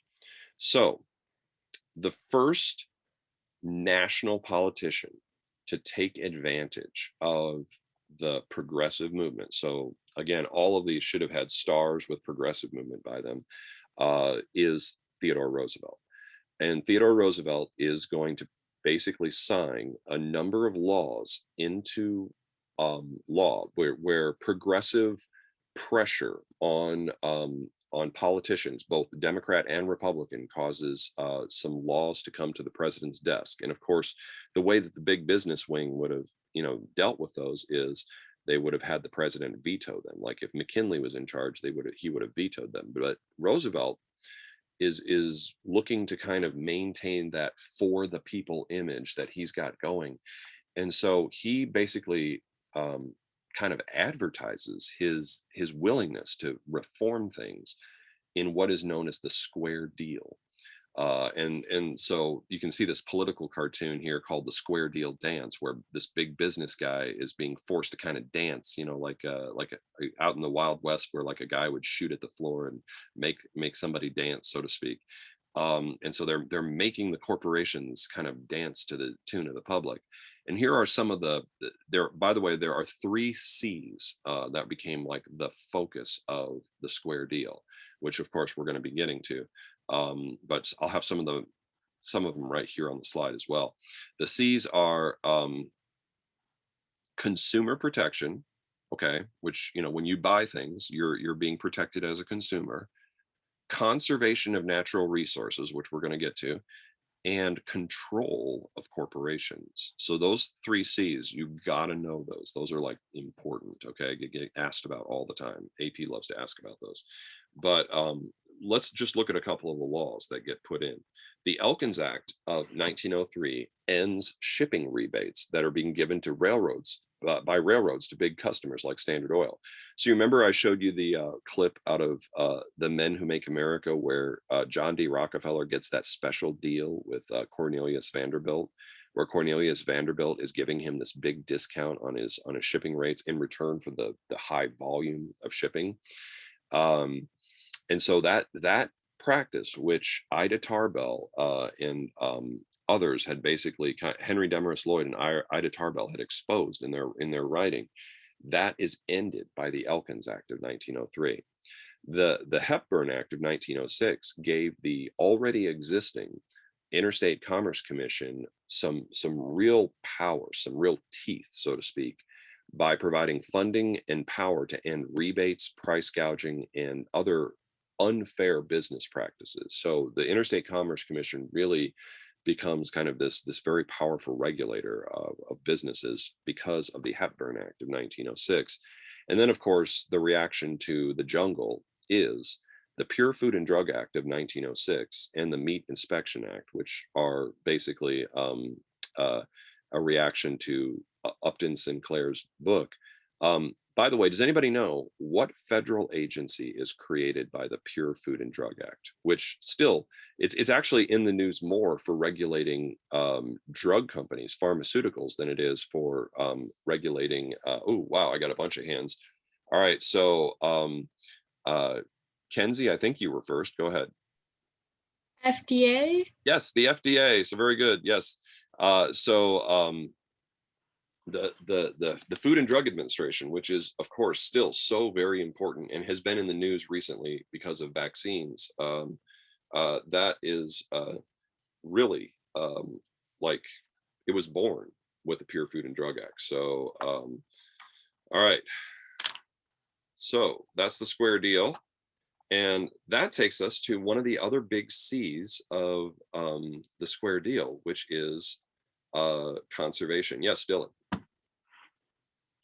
Wasn't it Roosevelt's goal not to like clip the wings of the big businesses too much? Right.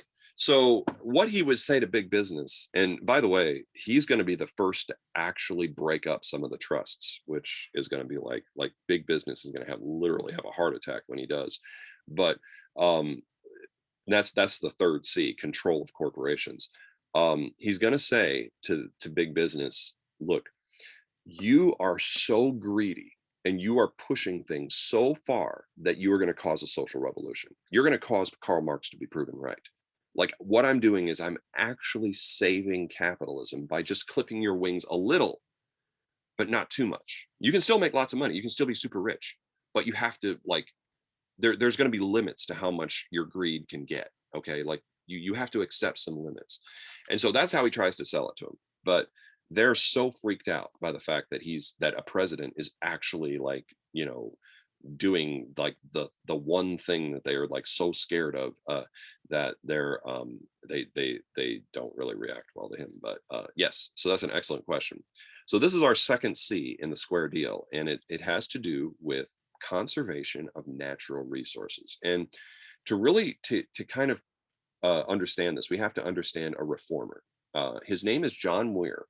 John Muir was a guy who had an engineer's mind. He had a gift for understanding how mechanical things work. and actually was looking at a very lucrative career. Like he was going to be very middle class. Like he was going to have a very nice income. Factories, would employ him to kind of make sure all the machinery was operating, etc. But he took a trip out west, and he began to realize something when he went to some of the beautiful areas out west, like Yellowstone or Yosemite Valley in California. And that is that corporations were literally like destroying the land. They were kind of raping the great wilderness of America and just destroying it. And so by 1900, only 20% of the aboriginal forest, the original forests that were kind of had been around for thousands of years under Native Americans, were left. They were only 20% were still intact. And so John Muir kind of falls in love with the beauty of the great American West. And there are stories of him, climbing cliffs without ropes. Like this is the greatest cliff face for rock climbers in the world. It's called El Capitan in Yosemite, and then way back in the background there you can see Half Dome, which is this really awesome mountain you can climb up and you can kind of be on top of. I've been to Yosemite. It's just an incredible place. And he would be out there with no ropes, no safety equipment, and just climbing cliff faces and just enjoying the beauty of the West. And to preserve it against corporations, he started a conservation organization, one of the first in the country, the Sierra Club in 1892. But he really began to push to get the feds involved. And he, like Mother Jones, tried to get to President Roosevelt himself. And this time, President Roosevelt responds. So he invites President Roosevelt to come out and camp with him. And one of the things that President Roosevelt had loved to do when he was younger was he was a big hunter. So he loved the wilderness. And so he went out and camped with John Muir in Yosemite. And Yosemite had actually been turned into a national park back in the 1870s, just because of the incredible beauty of the area and the geyser and all of that. But I'm sorry, not Yosemite, Yellowstone had, but he actually got President Roosevelt to come and camp out in Yosemite. So I don't know why I was talking about Yellowstone there for a second. But when Roosevelt saw the beauty of that valley, and the corporations were going to try to dam up a river and flood out some areas and whatnot, and just Roosevelt was convinced that he needed to get involved, and so he actually gets the federal government involved, and with his influence in the party, he's able to get the national park system created, where the government just says like certain areas are just going to be set aside, like nobody can touch them. It's just, this is a national park. You can't do anything to it. You can't go in and strip all the trees and just mine it or whatever. You have to leave it alone.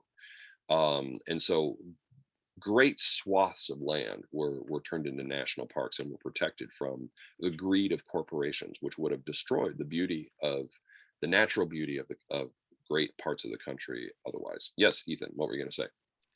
I'm guessing based on the next side that this kind of breaks this is the needle that starts to break the camel's back, sort of. It's like, okay, President, why are you stopping me from logging my trees and mining my ground? Yeah. And we're going to actually have like a number. We talked about the Forestry Act, which created forest preserves, which is kind of along the same line. But yeah, like corporations are going to obviously lobby against this stuff and be very upset. But, the power of the people, the power of the kind of that populist, counterbalance to the greed of corporations really does push a lot of this through, and so this becomes one of the big parts of the square deal. And by the way, the Newlands Act of 1902 authorized federal funds for irrigating land as well, which could be reclaimed and made into arable agricultural land with diversion of water, from rivers into it. So that is kind of the beginning of really the conservation movement. And of course, President Roosevelt really adds a lot of energy to it. And of course, the thing that Roosevelt is most well known for, and I kind of already mentioned this in response to somebody's question just a minute ago, is the kind of the trust busting that Roosevelt does. And so Roosevelt decides that for the first time in American history, the Sherman Antitrust Act is actually going to be used to break up corporations that are abusing the public with their giant nationwide monopolies. And so he knows that some businesses are going to be really upset by this. So what he tries to tell them is he's like, look, certain monopolies are actually good for the country, because you remember JP Morgan bailed out the US government, but certain monopolies are bad for the country. And so he divides the trusts, the monopolies, into two groups, the good trusts and the bad trusts.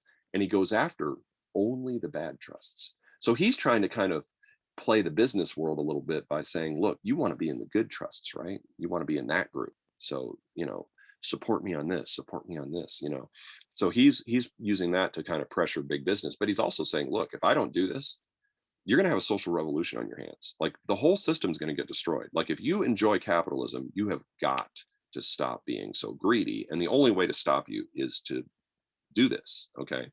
So he ends up, using his influence with Congress to get a new cabinet level department created called the Department of Commerce and Labor.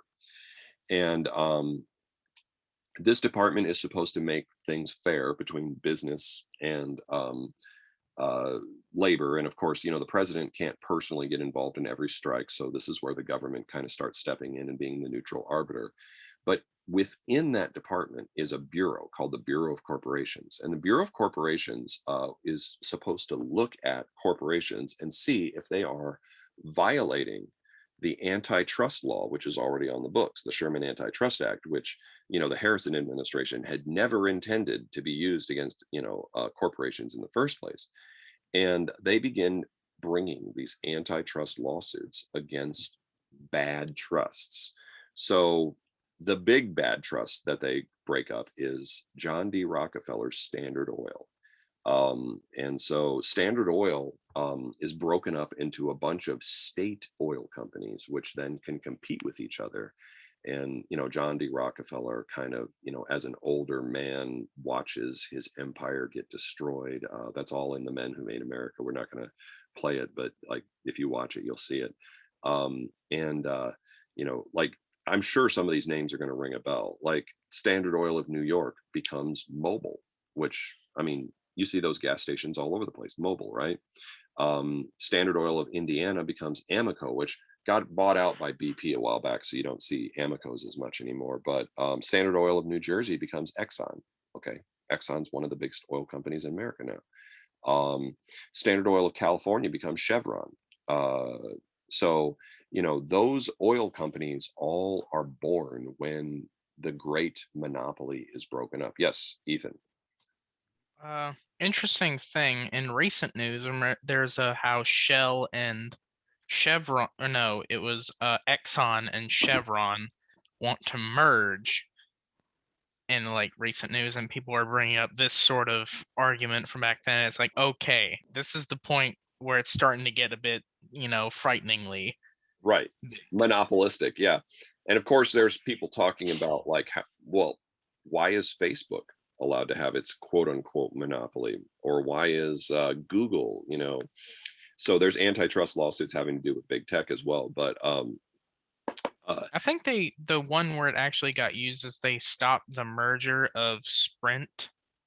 Well, yeah, and something. Sprint and something else, right? Sprint and what was it? Start with an M. Oh, T-Mobile. T-Mobile, yeah, right. It was like at first, but then they completed it later. Right. So yeah, because there's this motivation to try to dominate market share, et cetera. But yeah, like the reason that like gas prices are what they are is because you have gas stations on different corners of a four-way stop where there's lots of traffic. And if one gas station is too high, you can just go across the street to the other one. So like literally there are 3 gas stations outside of Spring Hill, literally like almost feet from each other. There's like a Mobile and a Shell literally next to each other on the street. I'm pretty sure that Mobile is always 10 cents lower than that Shell. Yeah, and that's good old-fashioned competition, which is what makes capitalism work for consumers. So when people figure out how to game the system and create these monopolies, they're essentially not they're not doing what Adam Smith had originally envisioned with capitalism, which would make it good for consumers also, which is, they're not competing anymore. They've destroyed all of their competition. So antitrust lawsuits are brought against 44 different monopolies under Roosevelt. And like, if you think that Roosevelt was popular before with labor and what he did in the great coal strike of 1902, this just like his popularity is stratospheric at this point with people. They're just like, this guy is the hero of the people. No president has ever dared to stand up to the monopolies until this man, and of course, it like in terms of, his political star power, like he is, just in the stratosphere now. Like it's just, people are just absolutely love him. All right, now, one of the big things that Roosevelt wanted, because he was a Navy man, and like many people, he was convinced that the power of the US Navy was going to translate into the world power of America, which in many ways is still true even today with our aircraft, I think you broke up.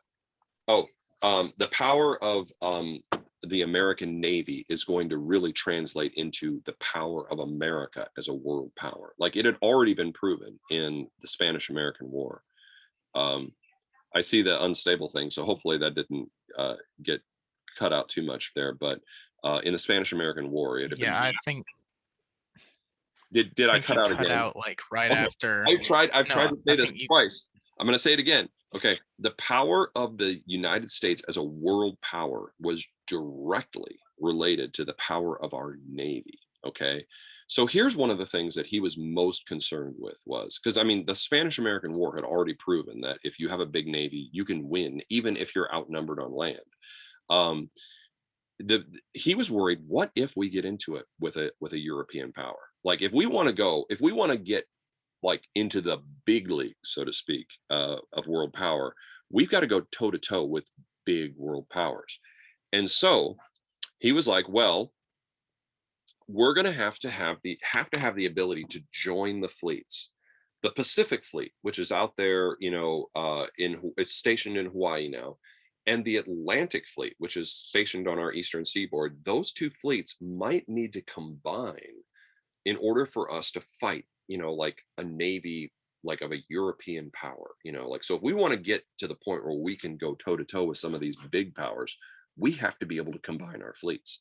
But the problem was you had to sail 8,000 miles down around the tip of South America to join the fleets together. And by that time, the battle might already be over on one side of the world. So he became obsessed with trying to get a canal built across the isthmus of Central America. Yes, Ethan, go ahead.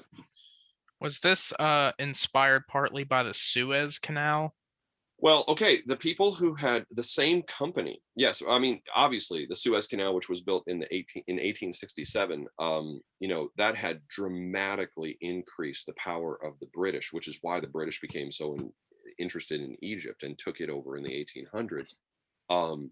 It dramatically increased the power and the economic profitability of kind of the British Empire. So Roosevelt is like, the same company had actually started a Panama Canal project but then had to give it up because they ran into financial trouble. And so there was already a canal started in Panama, but there was actually like another candidate as well, which had been pushed, which was in Nicaragua. There's this huge lake in the middle of Nicaragua, which would have like made it so like if you could just get a canal to the lake and then a canal to the other side, you would basically be able to go across that way. And there's kind of like a long story as to like how Panama eventually became like the focus, because people are like, well, there's a volcano next to the Nicaraguan, lake. So if that volcano goes, then it could destroy the canal. So eventually, Panama becomes kind of like the focus. Panama, at this time, is not a separate country. Panama is an arm of the country of Colombia, and so Roosevelt, knowing that the British are really kind of in charge of the world's oceans, to a certain extent, is like, okay, we have to get the British on board. The British have to be okay with us doing this. And so he gets a treaty negotiated called the Hay-Pauncefote Treaty, which is where the British are like, yes, we're cool with it. And basically then he buys the rights to the abandoned French project, which had started a canal across the Panama Isthmus, which, by the way, Panama has a nice big lake. So all you have to do is cut across into the lake here. And then really it's this mountain range on the other side that is the big, kind of engineering nightmare that you have to get across. But that basically was, going to be the spot where we were going to do it. Here's the problem. Colombia refuses to cooperate. Colombia's like, it gets to their Senate. They have a Senate, and the Senate refuses to ratify it. They're like, nope, we don't want Americans, cutting a canal across an arm of our country, so we refuse. And this is where Roosevelt gets really aggressive. As fair as minded as he is when it comes to domestic stuff, he is not a fair-minded person when it comes to foreign relations at all. And so he's like, oh, okay, really? So he sends the American Navy down to support a revolution. And we encourage the people of the Panama Isthmus to revolt against Colombia. And then we have our ships there to support them. And Colombia loses control of Panama. Panama really is an independent country because of us. There's a political cartoon showing, Roosevelt digging his way through the mountains here and then dumping the dirt on Colombia over here. Yes, Ethan, go ahead. This kind of sounds very similar to the Banana Republic strategy. Yeah, it is in a lot of ways. I mean, and so, yeah. Also, didn't the Panama Canal have like a side effect of causing more standardization of sizes of American warships in the Navy? Yes, because of the locks. And so I'm about to get to that. I'm like, you're anticipating exactly what I was about to get to. So once we get control, like and Panama, of course, is very grateful to us and negotiates a very generous treaty. And once we have control of the canal zone, so to speak, we begin this massive project. And it's going to take a decade to cut our way through the mountains. It's one of the biggest engineering projects ever attempted in American history. So by the time we complete this in 1914, Roosevelt has been out of office for a long time, but he is the driving force behind getting it started. And the way that we are able to get through the elevations, where the mountains are, because it is just so hard to cut all the way down to sea level through this mountain range, is to create a system of locks where, the ship comes in to kind of like, it's almost like a metal box, and then the metal box fills up with water, which elevates the ship up to the next level. And then the ship goes into another one, which elevates up, and then it elevates back down to sea level again. That is how we eventually are able to kind of like, and of course, like Ethan was saying, because of this, warships had to be standardized in terms of their sizes, so they would fit in the locks. But eventually, we are able to complete this at a cost of $360 million. Now, there's one more little side story that goes with this, and that is the story of the workers. The workers basically are, many of them are people we've recruited from Panama, like we're hiring them and we're paying them.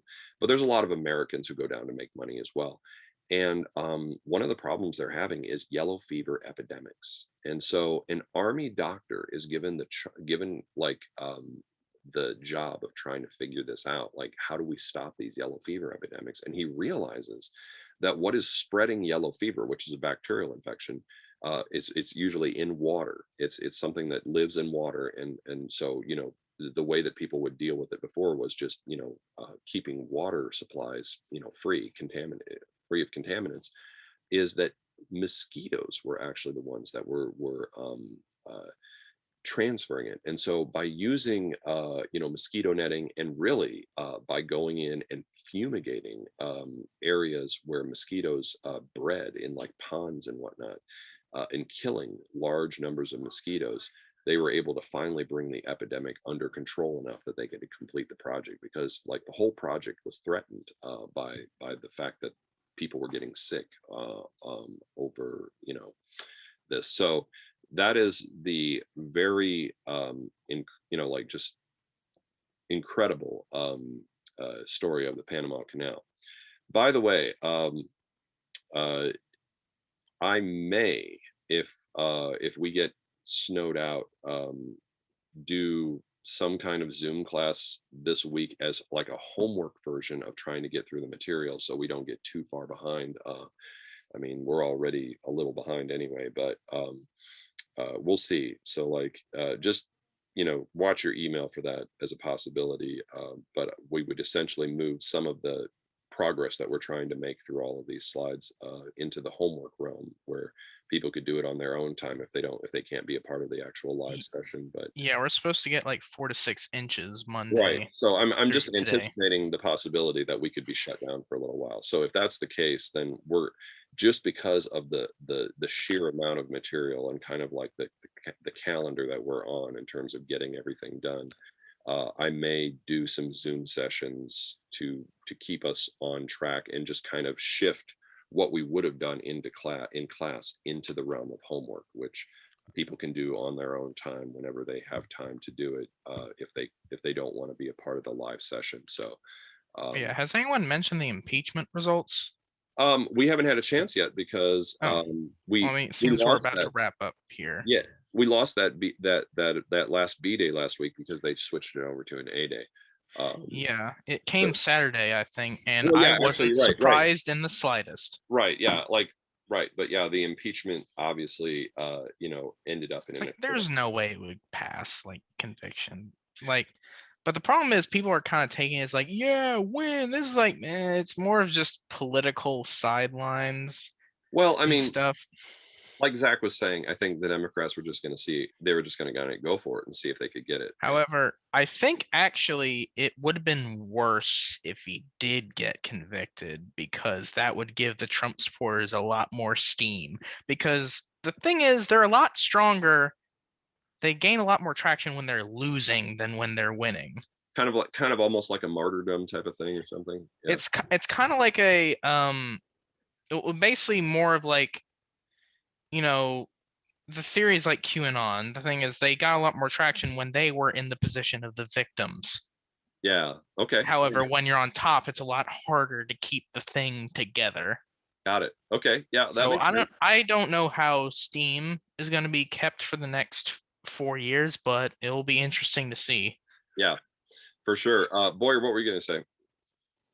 They had also brought out that the Proud Boys leader, who I think actually just got convicted for something, has been bragging about how he orchestrated large groups of people to go to the Capitol and break in and stuff. And he was bragging about it and ended up getting arrested. Wow. Okay. That doesn't sound good. It is very complex. Yeah. We'll have to kind of when we do news and current events, we'll have to discuss it when we get a chance in class. But yeah. So this is kind of where we're at for today. And depending, I may have to, where we're hitting some 3-hour sessions on the weekends occasionally, we may have to do that again. We'll see. We did have a wrestler make it all the way to the state tournament, so I will not be around on Saturday of next week. So if we do another session, it'll be Sunday, but then the season will be over. So then we can go back to Saturdays again. So We may have to try to do that to make up for some lost time as well, but we'll just do the best we can. I mean, it's a weird year. A lot of AP classes are struggling to get stuff done and to get through all the material before the end of the year. So we're in the same boat as a lot of people as we're trying to get it all done. So yeah, I think that pretty much covers it for today, guys. So thanks everybody for being a part, and I'll make sure I get you guys down and give you credit for this week's Zoom, and I'll see you hopefully in class, but if not, we'll most likely try to do a Zoom of some sort to kind of keep going, and then it'll just end up being homework. So I'll see you all later. Have a great rest of your day, rest of your weekend.